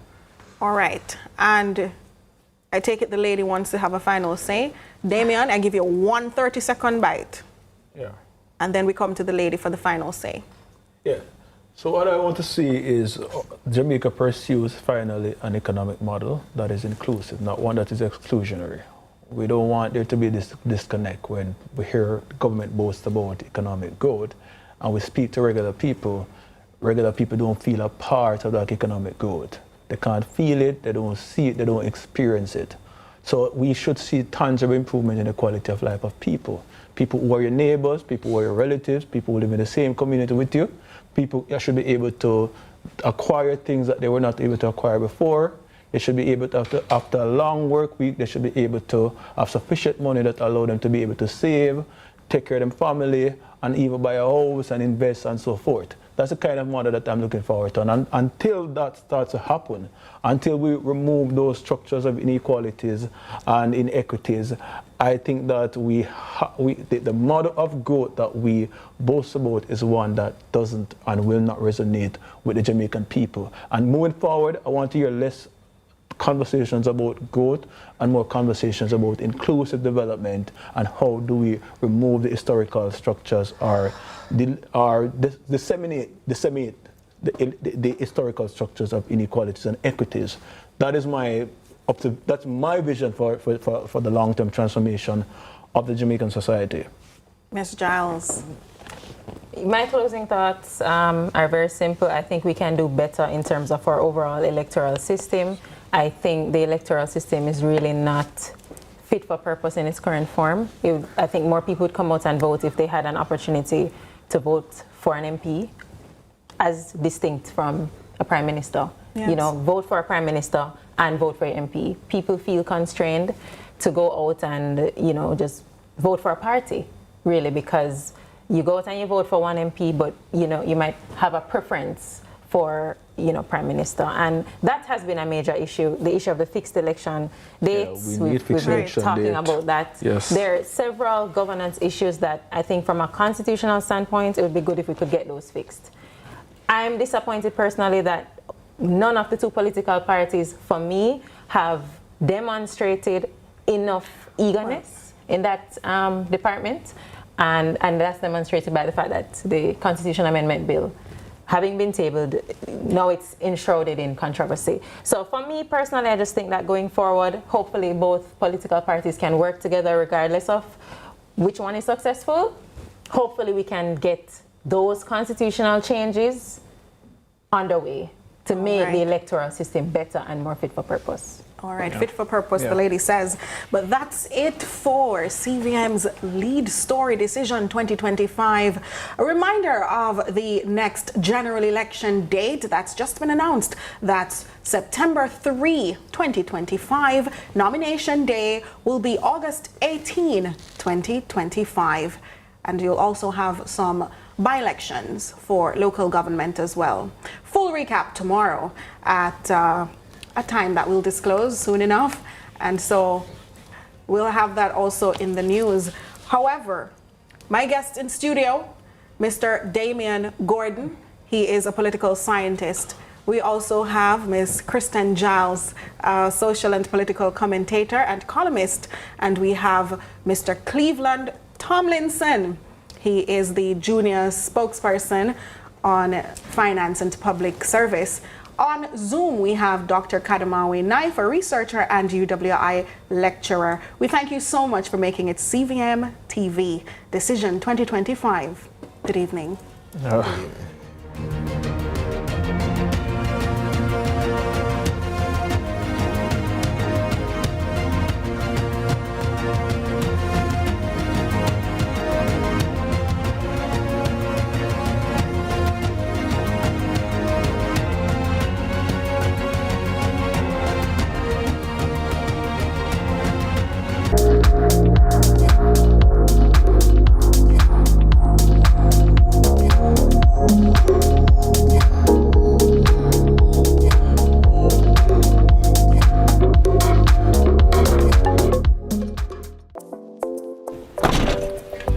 At JPS, we have one job: to power what matters to all our customers. We power homes, schools, businesses, communities, and national pride. We put our best foot forward so you can have safe, reliable, and sustainable energy that puts you in the spotlight.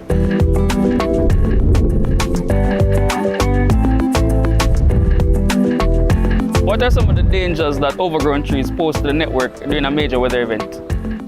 Overgrown trees impact our network in 3 ways. 1, you can have a tree limb touching one wire, causing an outage. 2, you can have a tree limb pushing across one wire to make contact with a second wire. That's also an outage. Thirdly, you can also have a situation where continuous rainfall resulting in saturated soil, causing a large tree to topple over